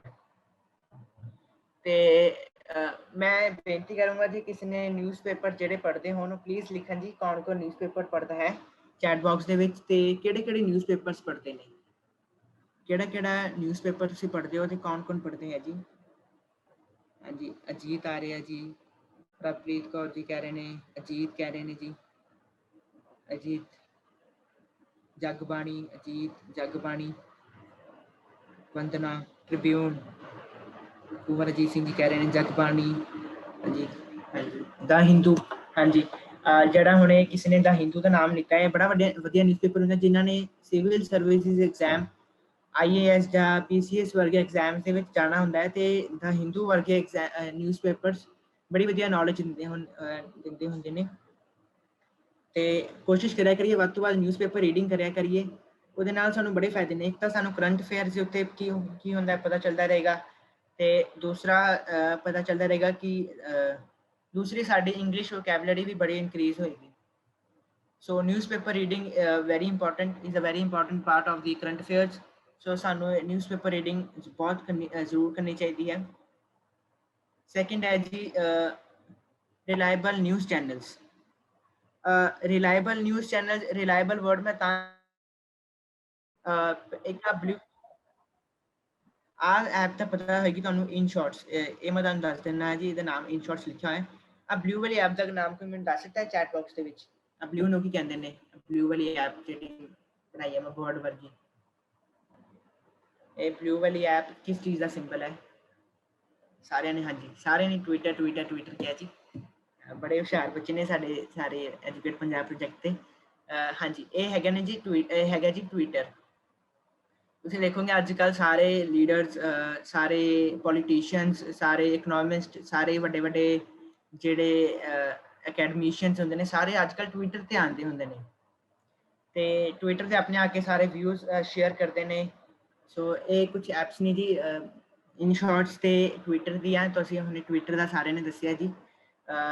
ਤੇ ਇਹਦੇ ਵਿੱਚ ਜਿਹੜੀਆਂ ਇਨ ਸ਼ਾਰਟਸ ਹੁੰਦੀਆਂ ਉਹ ਮੈਂ ਐਪ ਹੁੰਦੀ ਹੈ ਕਿ ਜਿਹਦੇ ਵਿੱਚ ਸਾਨੂੰ ਕੋਈ ਵੀ, ਅਸੀਂ ਕਈ ਵਾਰ ਸਾਡੇ ਕੋਲ ਟਾਈਮ ਨਹੀਂ ਹੁੰਦਾ, ਅਸੀਂ ਕਈ ਵਾਰ ਨਿਊਜ਼ਪੇਪਰਸ ਨਹੀਂ ਰੀਡ ਕਰ ਪਾਉਂਦੇ, ਕਈ ਵਾਰ ਅਸੀਂ ਕੋਈ ਨਿਊਜ਼ ਚੈਨਲਸ ਨਹੀਂ ਦੇਖ ਪਾਉਂਦੇ। ਸੋ ਅਗਰ ਸਾਨੂੰ ਆਪਣੇ ਆਪ ਨੂੰ ਅਪਡੇਟ ਰੱਖਣ ਲਈ ਇਨ ਸ਼ਾਰਟਸ ਜਿਹੜੀ ਹੁੰਦੀ ਹੈ ਇੱਕ ਐਪ ਹੈਗੀ ਹੈ, ਪਲੇ ਸਟੋਰ ਤੇ ਅਵੇਲੇਬਲ ਹੈ। ਇਹ 60 ਸੈਕਿੰਡਸ ਦੇ 60 ਵਰਡਸ ਦੇ ਅੰਦਰ ਬੜੀ ਪ੍ਰੀਸਾਈਜ਼ਲੀ ਸਾਨੂੰ ਉਸ ਨਿਊਜ਼ ਬਾਰੇ ਦੱਸ ਦਿੰਦੇ ਨੇ, ਤੇ ਹਰ ਕੁਛ ਨਾ ਕੁਛ ਦੇਰ ਬਾਅਦ ਸਾਨੂੰ ਨੋਟੀਫਿਕੇਸ਼ਨ ਆ ਜਾਂਦੀ ਹੈ, ਕੁਛ ਨਾ ਕੁਛ ਦੁਨੀਆ ਵਿੱਚ ਕੁਛ ਵੀ ਅਗਰ ਹੋ ਰਿਹਾ ਹੁੰਦਾ ਹੈ, ਤਾਂ ਉਹਦੇ ਨਾਲ ਬੜੀ ਵਧੀਆ ਇਹ ਐਪ ਹੈ ਜਿਹਦੇ ਨਾਲ ਪ੍ਰੀਸਾਈਜ਼ਲੀ ਸਾਨੂੰ ਬਰੀਫਲੀ ਸਾਨੂੰ ਬੜੀ ਵਧੀਆ ਨਿਊਜ਼ ਮਿਲ ਜਾਂਦੀਆਂ ਨੇ। ਸੋ ਅਗਰ ਆਪਣੇ ਕਰੰਟ ਅਫੇਅਰਸ ਆਪਾਂ ਵਧਾਉਣੀਆਂ ਨੇ ਤੇ ਅਸੀਂ ਇਸ ਨੂੰ ਇੰਸਟਾਲ ਕਰਕੇ ਅਸੀਂ ਇਸ ਤੋਂ ਪੜ੍ਹ ਸਕਦੇ ਹਾਂ ਜੀ। ਸੋ ਲਾਸਟ ਸਲਾਈਡ ਹੈ ਜੀ ਮੇਰੀ ਕਰੰਟ ਅਫੇਅਰਸ ਦੇ ਵਿੱਚ ਮੈਂ ਇੱਕ ਥੋੜਾ ਜਿਹਾ ਹੋਮਵਰਕ ਲੈ ਕੇ ਆਇਆ ਸੀ ਜੀ। ਕਰੰਟ ਅਫੇਅਰਸ ਦੇ ਵਿੱਚ ਜੁਲਾਈ 2021 ਜੂਨ 2021 ਸਾਨੂੰ ਪਤਾ ਹੈ ਕਿ ਹੁਣ 10 ਜੂਨ ਹੋ ਗਿਆ ਜੀ, ਹੁਣ ਤੱਕ 10 ਜੂਨ ਦੇ ਅੰਦਰ ਪਹਿਲਾਂ ਕੀ ਹੋ ਚੁੱਕਿਆ ਹੈ, ਅਸੀਂ ਉਹ ਚੀਜ਼ ਇੱਥੇ ਮੈਂ ਤੁਹਾਨੂੰ ਚਾਹੂੰਗਾ ਕਿ ਤੁਸੀਂ ਆਪਣੇ ਲੈਵਲ ਦੇ ਉੱਤੇ ਇਹਨੂੰ ਜ਼ਰੂਰ ਪੜ੍ਹੋ, ਜ਼ਰੂਰ ਸਟੱਡੀ ਕਰੋ। ਸਭ ਤੋਂ ਪਹਿਲਾਂ ਅਸੀਂ ਹੁਣੇ ਥੋੜੀ ਦੇਰ ਪਹਿਲਾਂ ਆਪਣੇ ਸੈਸ਼ਨ ਦੇ ਵਿੱਚ ਜਨਲਿਨ ਦੀਦੀ ਦੀ ਗੱਲ ਕੀਤੀ ਸੀ ਕਿ ਉਹਨਾਂ ਨੇ ਰੋਡਸ ਸਕਾਲਰਸ਼ਿਪ ਲਈ ਅਪਲਾਈ ਕੀਤਾ ਸੀ ਤੇ ਉਹਨਾਂ ਨੂੰ ਸਿਲੈਕਟ ਹੋ ਗਿਆ ਸੀ ਉਹ, ਜਿਸ ਕਰਕੇ ਉਹਨਾਂ ਨੂੰ ਯੂਨੀਵਰਸਿਟੀ ਆਫ ਆਕਸਫੋਰਡ ਦੇ ਵਿੱਚ ਪੜ੍ਹਨ ਦਾ ਮੌਕਾ ਮਿਲਿਆ ਸੀ। ਸੋ ਤੁਹਾਡੀ ਸਾਰੇ ਲਈ ਜਾਣਕਾਰੀ ਲਈ ਮੈਂ ਦੱਸ ਦੇਵਾਂ ਜੀ, ਜੂਨ ਦੇ ਵਿੱਚ ਇੱਕ ਰੋਡਸ ਸਕਾਲਰਸ਼ਿਪ ਦੀ ਐਪਲੀਕੇਸ਼ਨਸ ਓਪਨ ਹੁੰਦੀਆਂ ਨੇ। ਅਗਰ ਕੋਈ ਵੀ ਜਿਹੜਾ ਬੱਚਾ ਹੈ ਜਿਹਨੇ ਆਪਣੀ ਗ੍ਰੈਜੂਏਸ਼ਨ ਕੰਪਲੀਟ ਕਰ ਲਈ ਹੈ ਤੇ ਉਹ ਆਪਣੇ ਮਾਸਟਰਸ ਲਈ ਯੂਨੀਵਰਸਿਟੀ ਆਫ ਆਕਸਫੋਰਡ ਲਈ ਅਪਲਾਈ ਕਰਨਾ ਚਾਹੁੰਦਾ ਹੈ, ਤੇ ਰੋਡਸ ਸਕਾਲਰਸ਼ਿਪ ਨੇ ਉਸ ਨੂੰ ਚੀਜ਼ ਨੂੰ ਆਪਣੀ ਓਪਨ ਐਪਲੀਕੇਸ਼ਨਸ ਓਪਨ ਕਰ ਦਿੱਤੀਆਂ ਨੇ। ਰੋਡ ਸਕਾਲਰਸ਼ਿਪ ਤੁਸੀਂ ਆਪਣੀ ਸਰਚ ਕਰੋਗੇ ਤਾਂ ਉਹਦੀ ਵੈਬਸਾਈਟ ਦੇ ਉੱਤੇ ਤੁਹਾਨੂੰ ਸਾਰੀਆਂ ਐਲੀਜੀਬਿਲਿਟੀ ਕ੍ਰਾਈਟੇਰੀਆ ਤੇ ਸਾਰੀਆਂ ਰਿਕੁਆਇਰਮੈਂਟਸ ਤੁਹਾਨੂੰ ਮਿਲ ਜਾਣਗੀਆਂ ਜੀ। ਸੋ ਇੱਕ ਤਾਂ ਐਪਲੀਕੇਸ਼ਨਸ ਨੇ ਰੋਡ ਸਕਾਲਰਸ਼ਿਪ ਦੀਆਂ, ਦੂਸਰੀਆਂ ਨੇ IIT Kharagpur early cyclone detection technique. ਹੁਣੇ ਆਪਾਂ ਥੋੜੀ ਦੇਰ ਪਹਿਲਾਂ ਸਾਈਕਲੋਨ ਦੀ ਗੱਲ ਕੀਤੀ ਸੀ, ਟੌਕਟੇ ਐਂਡ ਯਾਸ। ਸੋ ਹੁਣੇ ਜੂਨ ਦੇ ਵਿੱਚ ਹੀ IIT ਜਿਹੜਾ ਖੜਗਪੁਰ ਹੈ ਉਹਨੇ ਸਾਈਕਲੋਨ ਡਿਟੈਕਸ਼ਨ ਟੈਕਨੀਕ ਡਿਵੈਲਪ ਕੀਤੀ ਹੈ, ਜਿਹਦੇ ਨਾਲ ਸਾਨੂੰ ਸਾਈਕਲੋਨਸ ਆਉਣ ਵਾਲੇ ਪਹਿਲੇ ਹੀ ਪਤਾ ਚੱਲ ਜਾਣਗੇ ਕਿਹੜੇ ਸਾਈਕਲੋਨ ਕਦੋਂ ਆ ਰਿਹਾ ਤੇ ਕਿੱਥੇ ਆ ਰਿਹਾ, ਤਾਂ ਕਿ ਆਪਾਂ ਉਸ ਲਈ ਪਹਿਲੇ ਹੀ ਪ੍ਰਿਪੇਅਰ ਕਰ ਸਕੀਏ। ਥਰਡ ਹੈ ਜੀ QS ਵਰਲਡ ਯੂਨੀਵਰਸਿਟੀ ਰੈਂਕਿੰਗਸ 2020। ਇਹ ਮੇਰੇ ਖਿਆਲ ਕੱਲ੍ਹ ਦੀ ਨਿਊਜ਼ ਹੀ ਹੈ ਕਿ ਇੱਕ ਜਿਹੜੀ ਯੂਨੀਵਰਸਿਟੀ ਜਿਹੜੀ ਆ ਵਰਲਡ ਯੂਨੀਵਰਸਿਟੀ ਜਿਹੜੀ ਰੈਂਕ ਕਰਦੀ ਹੈ ਗਲੋਬਲ ਲੈਵਲ ਦੇ ਉੱਤੇ, ਯੂਨੀਵਰਸਿਟੀ ਜਿਹੜੀ ਰੈਂਕ ਕਰਦੇ ਨੇ, ਤੇ ਉਹਨਾਂ ਨੇ ਆਪਣੀ ਕੱਲ ਲਿਸਟ ਰਿਲੀਜ਼ ਕੀਤੀ ਹੈ ਜਿਹਦੇ ਵਿੱਚ MITs ਵਰਗੇ, ਆਕਸਫੋਰਡ ਯੂਨੀਵਰਸਿਟੀ ਜਿਹਦੀ ਹੁਣ ਆਪਾਂ ਗੱਲ ਕੀਤੀ ਹੈ ਵਰਗੀਆਂ ਟੌਪ ਤੇ ਆਈਆਂ ਨੇ। MIT ਜਿਹੜੀ ਹੈਗੀ ਆ ਫਸਟ ਨੰਬਰ ਤੇ ਆਈ ਹੈ, ਆਕਸਫੋਰਡ ਯੂਨੀਵਰਸਿਟੀ ਉਹ ਸੈਕਿੰਡ ਨੰਬਰ ਤੇ ਆਈ ਹੈ, ਥਰਡ ਨੰਬਰ ਤੇ ਸਟੈਨਫੋਰਡ ਯੂਨੀਵਰਸਿਟੀ ਆ ਰਹੀ ਹੈ। ਤੇ ਅਸੀਂ ਇਸ ਨੂੰ ਵੀ ਜ਼ਰੂਰ ਸਟੱਡੀ ਕਰੀਏ ਤੇ ਆਪਣੇ ਨਿਸ਼ਾਨਾ ਬਣਾਈਏ ਕਿ ਅਸੀਂ ਵੀ ਦੁਨੀਆ ਦੇ ਇਸ ਇੰਨੀ ਵੱਡੀ ਯੂਨੀਵਰਸਿਟੀ ਦੇ ਵਿੱਚ ਪਹੁੰਚ ਕੇ ਆਪਣੀ ਪੜ੍ਹਾਈ ਕਰੀਏ ਦੁਨੀਆ ਦੀ, ਤਾਂ ਕਿ ਸਭ ਤੋਂ ਵਧੀਆ ਪੜ੍ਹਾਈ ਕਰ ਸਕੀਏ ਤੇ ਵਧੀਆ ਉੱਚੀਆਂ ਪੋਜੀਸ਼ਨਸ ਤੇ ਪਹੁੰਚ ਕੇ ਕੌਮ ਦੀ ਸੇਵਾ ਕਰ ਸਕੀਏ। ਸੋ ਇੱਕ ਹੈਗਾ ਜੀ Punjab tops in performing grading index. Performing grading index ਹੁੰਦਾ ਜੀ ਮਿਨਿਸਟਰੀ ਆਫ ਐਜੂਕੇਸ਼ਨ, ਇਹ ਹਰ ਸਾਲ ਕਰਦੀ ਹੈ ਜੀ, ਪਿਛਲੇ 3 ਸਾਲ ਤੋਂ ਇਹ ਕਰ ਰਹੇ ਨੇ। ਤੇ ਇਹਦੇ ਵਿੱਚ ਇਹਨਾਂ ਨੇ ਪਾਇਆ ਕਿ ਜਿਹੜਾ ਪੰਜਾਬ ਦਾ ਐਜੂਕੇਸ਼ਨ ਸਿਸਟਮ ਹੈ ਉਹ ਬਹੁਤ ਜ਼ਿਆਦਾ ਇੰਪਰੂਵ ਕਰ ਰਿਹਾ ਹੈ ਤੇ ਉਹਨੇ ਇੰਡੀਆ ਦੀ ਸਾਰੀਆਂ ਸਟੇਟਸ ਵਿੱਚ ਟੌਪ ਕੀਤਾ ਹੈ ਪੰਜਾਬ ਨੇ। ਤੇ ਇਹ ਤਾਂ ਹੀ ਹੋਇਆ ਜੀ ਜਿਵੇਂ ਐਜੂਕੇਟ ਪੰਜਾਬ ਪ੍ਰੋਜੈਕਟ ਵਰਗੇ ਨਿਸ਼ਕਾਮ ਜਿਹੜੇ ਪ੍ਰੋਜੈਕਟਸ ਕਰਦੇ ਨੇ, ਦੂਸਰੀਆਂ ਆਰਗੇਨਾਈਜੇਸ਼ਨਸ ਜਿਹੜੇ ਪੰਜਾਬ ਨੂੰ ਐਜੂਕੇਸ਼ਨ ਦੇ ਵੱਲ ਵਧਾ ਰਹੇ ਨੇ, ਰੁਝਾਨ ਪੈਦਾ ਕਰ ਰਹੇ ਨੇ, ਇਹ ਉਹਨਾਂ ਸਦਕੇ ਹੀ ਪੰਜਾਬ ਨੇ ਪਰਫਾਰਮਿੰਗ ਗ੍ਰੇਡਿੰਗ ਇੰਡੈਕਸ ਦੇ ਵਿੱਚ ਟੌਪ ਪੋਜੀਸ਼ਨ ਹਾਸਿਲ ਕੀਤੀ ਹੈ ਪੂਰੇ ਇੰਡੀਆ ਦੇ ਵਿੱਚੋਂ। ਇੱਕ ਹੈਗਾ ਜੀ NASA top robotic mission to Venus. ਇਹ ਨਾਸਾ ਨੇ ਇੱਕ ਮਿਸ਼ਨ ਸ਼ੁਰੂ ਕੀਤਾ ਹੈ, ਜਿਹੜੇ 2 ਰੋਬੋਟਸ ਉਹ ਵੀਨਸ ਦੇ ਉੱਤੇ ਭੇਜਣਗੇ। ਜਿਵੇਂ ਚਾਈਨਾ ਨੇ ਮਾਰਸ ਦੇ ਉੱਤੇ ਭੇਜਿਆ ਸੀ, ਉੱਦਾਂ ਹੀ ਇਹ 2 ਰੋਬੋਟਸ ਵੀਨਸ ਦੇ ਉੱਤੇ ਜਿਹੜਾ ਹੁੰਦਾ ਸੈਕਿੰਡ ਜਿਹੜਾ ਪਲੈਨਟ ਹੈ ਮਰਕਰੀ ਤੋਂ ਬਾਅਦ ਜਿਹੜਾ ਵੀਨਸ ਆਉਂਦਾ ਉਹਦੇ ਉੱਤੇ ਭੇਜਣਗੇ, ਉਹਦੇ ਉੱਤੇ ਸਟੱਡੀ ਕਰੇਗਾ। ਤੇ ਇੱਕ ਹੈਗਾ Ranjit Sinha Disale appointed as educational adviser of World Bank. Ranjit Sinha Disale, ਜਿਨ੍ਹਾਂ ਨੂੰ ਨਹੀਂ ਪਤਾ ਮੈਂ ਦੱਸ ਦੇਵਾਂ ਜੀ, ਐਜੂਕੇਟ ਪੰਜਾਬ ਪ੍ਰੋਜੈਕਟ ਦੇ ਵਿੱਚ ਵੀ ਬੜੇ ਸਾਰੇ ਟੀਚਰਸ ਹੈਗੇ ਹੋ ਤੁਸੀਂ, ਤੇ ਇਹਨਾਂ ਨੂੰ ਗਲੋਬਲ ਟੀਚਰਸ ਅਵਾਰਡ ਨਾਲ ਇਹਨਾਂ ਨੂੰ ਪਿਛਲੇ ਸਾਲ ਦਿੱਤਾ ਗਿਆ ਸੀ। ਪੂਰੇ ਦੁਨੀਆ ਦੇ ਵਿੱਚ ਟੌਪ ਜਿਹੜੇ ਟੀਚਰਸ ਹੁੰਦੇ ਨੇ ਤੇ ਉਹਨਾਂ ਵਿੱਚੋਂ ਇਹਨਾਂ ਨੂੰ ਜਿਹੜੇ ਇੰਡੀਆ ਦੇ ਮਹਾਰਾਸ਼ਟਰ ਦੇ ਵਿੱਚ ਰਹਿੰਦੇ ਨੇ, ਉਹਨਾਂ ਨੂੰ ਪਿਛਲੇ ਸਾਲ 1 ਮਿਲੀਅਨ ਦਾ ਇਹਨਾਂ ਨੂੰ ਪ੍ਰਾਈਜ਼ ਮਿਲਿਆ ਸੀ। ਸੋ ਜਿਹੜਾ ਦੁਨੀਆ ਦੇ ਟੌਪ ਟੀਚਰਸ ਨੂੰ ਮਿਲਦਾ ਹੁੰਦਾ ਹੈ ਤੇ ਇਹਨਾਂ ਦਾ ਨਾਮ ਫਸਟ ਪੋਜੀਸ਼ਨ ਤੇ ਆਇਆ ਸੀ। ਤੇ ਇਹਨਾਂ ਨੇ ਉਸ ਤੋਂ ਬਾਅਦ ਇਹਨਾਂ ਨੇ ਇਸ ਨੂੰ ਆਪਣੇ ਪ੍ਰਾਈਜ਼ ਨੂੰ ਆਪਣੇ ਜਿਹੜੇ ਹੋਰ ਆਪਣੇ ਟੌਪਰ ਸੀਗੇ ਉਹਨਾਂ ਨਾਲ ਵਿੱਚ ਸ਼ੇਅਰ ਵੀ ਕੀਤਾ ਸੀ। ਸੋ ਤੇ ਹੁਣੇ ਜੂਨ ਦੇ ਮਹੀਨੇ ਵਿੱਚ ਇਹਨਾਂ ਨੂੰ ਵਰਲਡ ਬੈਂਕ ਦੇ ਵਿੱਚ ਐਜੂਕੇਸ਼ਨਲ ਐਡਵਾਈਜ਼ਰ ਇਹਨਾਂ ਨੂੰ ਅਪੁਆਇੰਟ ਕੀਤਾ ਗਿਆ ਹੈ। ਸੋ ਮੈਂ ਤੁਹਾਨੂੰ ਸਾਰਿਆਂ ਨੂੰ ਬੇਨਤੀ ਕਰੂੰਗਾ ਕਿ ਨਿਊਜ਼ਪੇਪਰਸ ਰੀਡ ਕਰੀਏ ਤੇ ਇਹਨਾਂ ਸਾਰੀਆਂ ਕਰੰਟ ਅਫੇਅਰਸ ਉੱਤੇ ਜ਼ਰੂਰ ਸਟੱਡੀ ਕਰੀਏ ਤੇ ਆਪਣੀ ਨੌਲੇਜ ਨੂੰ ਹੋਰ ਵਧਾਈਏ ਤੇ ਵਧੀਆ ਪੋਜੀਸ਼ਨਸ ਤੇ ਪਹੁੰਚ ਕੇ ਕੌਮ ਦੀ ਸਮਾਜ ਦੀ ਸੇਵਾ ਕਰ ਸਕੀਏ ਜੀ। ਸੋ ਇਹ ਥੋੜ੍ਹੀਆਂ ਜੀ ਕਰੰਟ ਅਫੇਅਰਸ ਦੇ ਉੱਤੇ ਸੀਗੀ ਪ੍ਰੈਜੈਂਟੇਸ਼ਨ ਜੀ। ਸੋ ਇੰਨੀਆਂ ਕੁ ਬੇਨਤੀਆਂ ਪ੍ਰਵਾਨ ਕਰਨੀਆਂ ਜੀ। ਭੁੱਲਾਂ ਚੁੱਕਾਂ ਦੀ ਖਿਮਾ। ਵਾਹਿਗੁਰੂ ਜੀ ਕਾ ਖਾਲਸਾ, ਵਾਹਿਗੁਰੂ ਜੀ ਕੀ ਫਤਿਹ। ਵਾਹਿਗੁਰੂ ਜੀ ਕਾ ਖਾਲਸਾ, ਵਾਹਿਗੁਰੂ ਜੀ ਕੀ ਫਤਿਹ ਜੀ। ਤੁਹਾਡਾ ਬਹੁਤ-ਬਹੁਤ ਧੰਨਵਾਦ ਵੀਰ ਜੀ, ਤੁਸੀਂ ਸਾਨੂੰ ਬਹੁਤ ਵਧੀਆ ਤਰੀਕੇ ਨਾਲ ਸਮਝਾਇਆ ਤੇ ਸਾਨੂੰ ਕਰੰਟ ਅਫੇਅਰਸ ਤੋਂ ਜਾਣੂ ਕਰਵਾਇਆ ਤੇ ਸਾਡੇ ਲਈ ਜਾਣਨਾ ਵੀ ਬਹੁਤ ਜ਼ਰੂਰੀ ਹੈ। ਤੇ ਹੁਣ ਕੁਝ ਕੁ ਹੈਂਡ ਰੇਜ਼ ਨੇ, ਅਸੀਂ ਲੈ ਲਈਏ ਜੀ। ਵੀਰ ਜੀ ਵਾਹਿਗੁਰੂ ਜੀ ਕਾ ਖਾਲਸਾ, ਵਾਹਿਗੁਰੂ ਜੀ ਕੀ ਫਤਿਹ। ਵਾਹਿਗੁਰੂ ਜੀ ਕੀ ਫਤਿਹ ਜੀ। ਮੇਰਾ ਕੁਐਸਚਨ ਇਹ ਸੀਗਾ ਜੀ, ਜੋ ਅਮਰਤਿਆ ਸੈਨ ਨੇ ਦੱਸਿਆ ਸੀਗਾ ਵੀ ਅਮਰਤਿਆ ਸੈਨ ਨੂੰ ਜੋ ਪ੍ਰਾਈਜ਼ ਮਿਲਿਆ ਸੀ ਸਪੇਨ ਦੇ ਵਿੱਚ, ਉਹ ਕਿਸ ਲਈ ਮਿਲਿਆ ਸੀ ਜੀ? ਹਾਂਜੀ, ਉਹਨਾਂ ਨੇ ਨਾ ਸੋਸ਼ਲ ਸਟੱਡੀਜ਼ ਦੇ ਵਿੱਚ ਬੜੀਆਂ ਸਾਰੀਆਂ ਰਿਸਰਚਿਸ ਕੀਤੀਆਂ ਨੇ, ਬੜਾ ਸਾਰਾ ਉਹਨਾਂ ਨੇ ਬੁੱਕਸ ਲਿਖੀਆਂ ਨੇ ਤੇ ਜਿਹੜੇ ਉਹਨਾਂ ਦੀ ਕੰਟਰੀਬਿਊਸ਼ਨ ਸੀ ਰਿਸਰਚ ਦੇ ਵਿੱਚ ਜਾਂ ਹੋਰ ਸੋਸ਼ਲ ਸਾਇੰਸ ਦੀ ਕੈਟਾਗਰੀ ਵਿੱਚ, ਇਕਨੋਮਿਕਸ ਦੇ ਵਿੱਚ, ਉਸ ਕਰਕੇ ਉਹਨਾਂ ਨੂੰ ਇਹ ਅਵਾਰਡ ਮਿਲਿਆ ਜੀ। ਠੀਕ ਹੈ ਜੀ। ਨੋਬਲ ਪ੍ਰਾਈਜ਼ ਵੀ ਉਹਨਾਂ ਨੂੰ ਇਸੇ ਕਰਕੇ ਮਿਲਿਆ ਸੀ ਜੀ, ਇਕਨੋਮਿਕਸ ਦੇ ਕਰਕੇ ਹੀ। ਵਾਹਿਗੁਰੂ ਜੀ ਕਾ ਖਾਲਸਾ, ਵਾਹਿਗੁਰੂ ਜੀ ਕੀ ਫਤਿਹ। ਅਤੇ ਜੀ ਵਾਹਿਗੁਰੂ ਜੀ, ਸਭ ਤੋਂ ਪਹਿਲਾਂ ਤਾਂ ਤੁਹਾਡਾ ਬਹੁਤ-ਬਹੁਤ ਥੈਂਕਸ ਕਿ ਤੁਸੀਂ ਇੰਨਾ ਵਧੀਆ ਟੌਪਿਕ ਲਿਆ, ਸਾਡੇ ਲਈ ਬਹੁਤ ਹੀ ਨੌਲੇਜੇਬਲ ਹੈ। ਮੈਂ ਤੁਹਾਡੇ ਤੋਂ ਕੁਐਸਚਨ ਪੁੱਛਣਾ ਸੀ ਕਿ ਤੁਸੀਂ ਵੀ ਕਿਸੇ ਪੇਪਰ ਦੀ ਤਿਆਰੀ ਕਰ ਰਹੇ ਹੋ? ਹਾਂਜੀ, ਵੈਸੇ ਕੀਤੀ ਤਾਂ ਹੈ। ਮੈਂ ਪਿਛਲੇ ਸਾਲ NDA ਦਾ ਐਗਜ਼ਾਮ ਦਿੱਤਾ ਸੀ ਜੀ, ਤੇ ਐਨਡੀਏ ਦੇ ਵਿੱਚ ਵੀ ਬੜੇ ਸਾਰੇ ਇਹ ਚੀਜ਼ਾਂ ਹੁੰਦੀਆਂ ਨੇ ਤੇ ਹੋਰ ਆਈਏਐਸ ਦੇ ਵਿੱਚ ਵੀ ਚੀਜ਼ਾਂ ਪੁੱਛੀਆਂ ਜਾਂਦੀਆਂ ਨੇ। ਹੋਰ ਤੁਸੀਂ ਕਿਸੇ ਬੈਂਕਿੰਗ ਸੈਕਟਰ ਦੇ ਵਿੱਚ ਵੀ ਜਾਣਾ ਹੈ ਜਾਂ ਕਿਸੇ ਰੇਲਵੇਜ਼ ਦੇ ਵਿੱਚ ਵੀ ਜਾਣਾ ਹੈ, ਅੱਜ ਕੱਲ੍ਹ ਰੇਲਵੇ ਦੇ ਵਿੱਚ ਬੜੀਆਂ ਸਾਰੀਆਂ ਓਪਰਚੁਨਿਟੀਜ਼ ਨਿਕਲਦੀਆਂ ਨੇ ਤੇ ਉਹਦੇ ਵਿੱਚ ਤੁਹਾਡੀ ਸਭ ਤੋਂ ਪਹਿਲਾਂ ਕਰੰਟ ਅਫੇਅਰਸ ਦੀ ਟੈਸਟ ਹੁੰਦੀ ਹੈ ਜੀ। ਸੋ ਸਾਡੀ ਕੈਂਪ ਦੀ ਸਮਾਪਤੀ ਇੱਥੇ ਹੈ ਜੀ। ਤੇ ਜਿਨ੍ਹਾਂ ਸਟੂਡੈਂਟਸ ਨੇ ਆਪਣੀ ਅਟੈਂਡੈਂਸ ਲਗਾ ਲਈ ਤੇ ਜਿਨ੍ਹਾਂ ਨੇ ਹਾਲੇ ਤੱਕ ਨਹੀਂ ਲਗਾਈ ਉਹ ਲਗਾ ਲੈਣ ਜੀ। ਅਸੀਂ ਕੱਲ ਫੇਰ ਜੁੜਦੇ ਹਾਂ ਜੀ 4 ਵਜੇ। ਅੱਜ ਦੀ ਸਾਡੇ ਕੈਂਪ ਦੀ ਸਮਾਪਤੀ ਇੱਥੇ ਹੈ ਜੀ। ਵਾਹਿਗੁਰੂ ਜੀ ਕਾ ਖਾਲਸਾ, ਵਾਹਿਗੁਰੂ ਜੀ ਕੀ ਫਤਿਹ ਜੀ।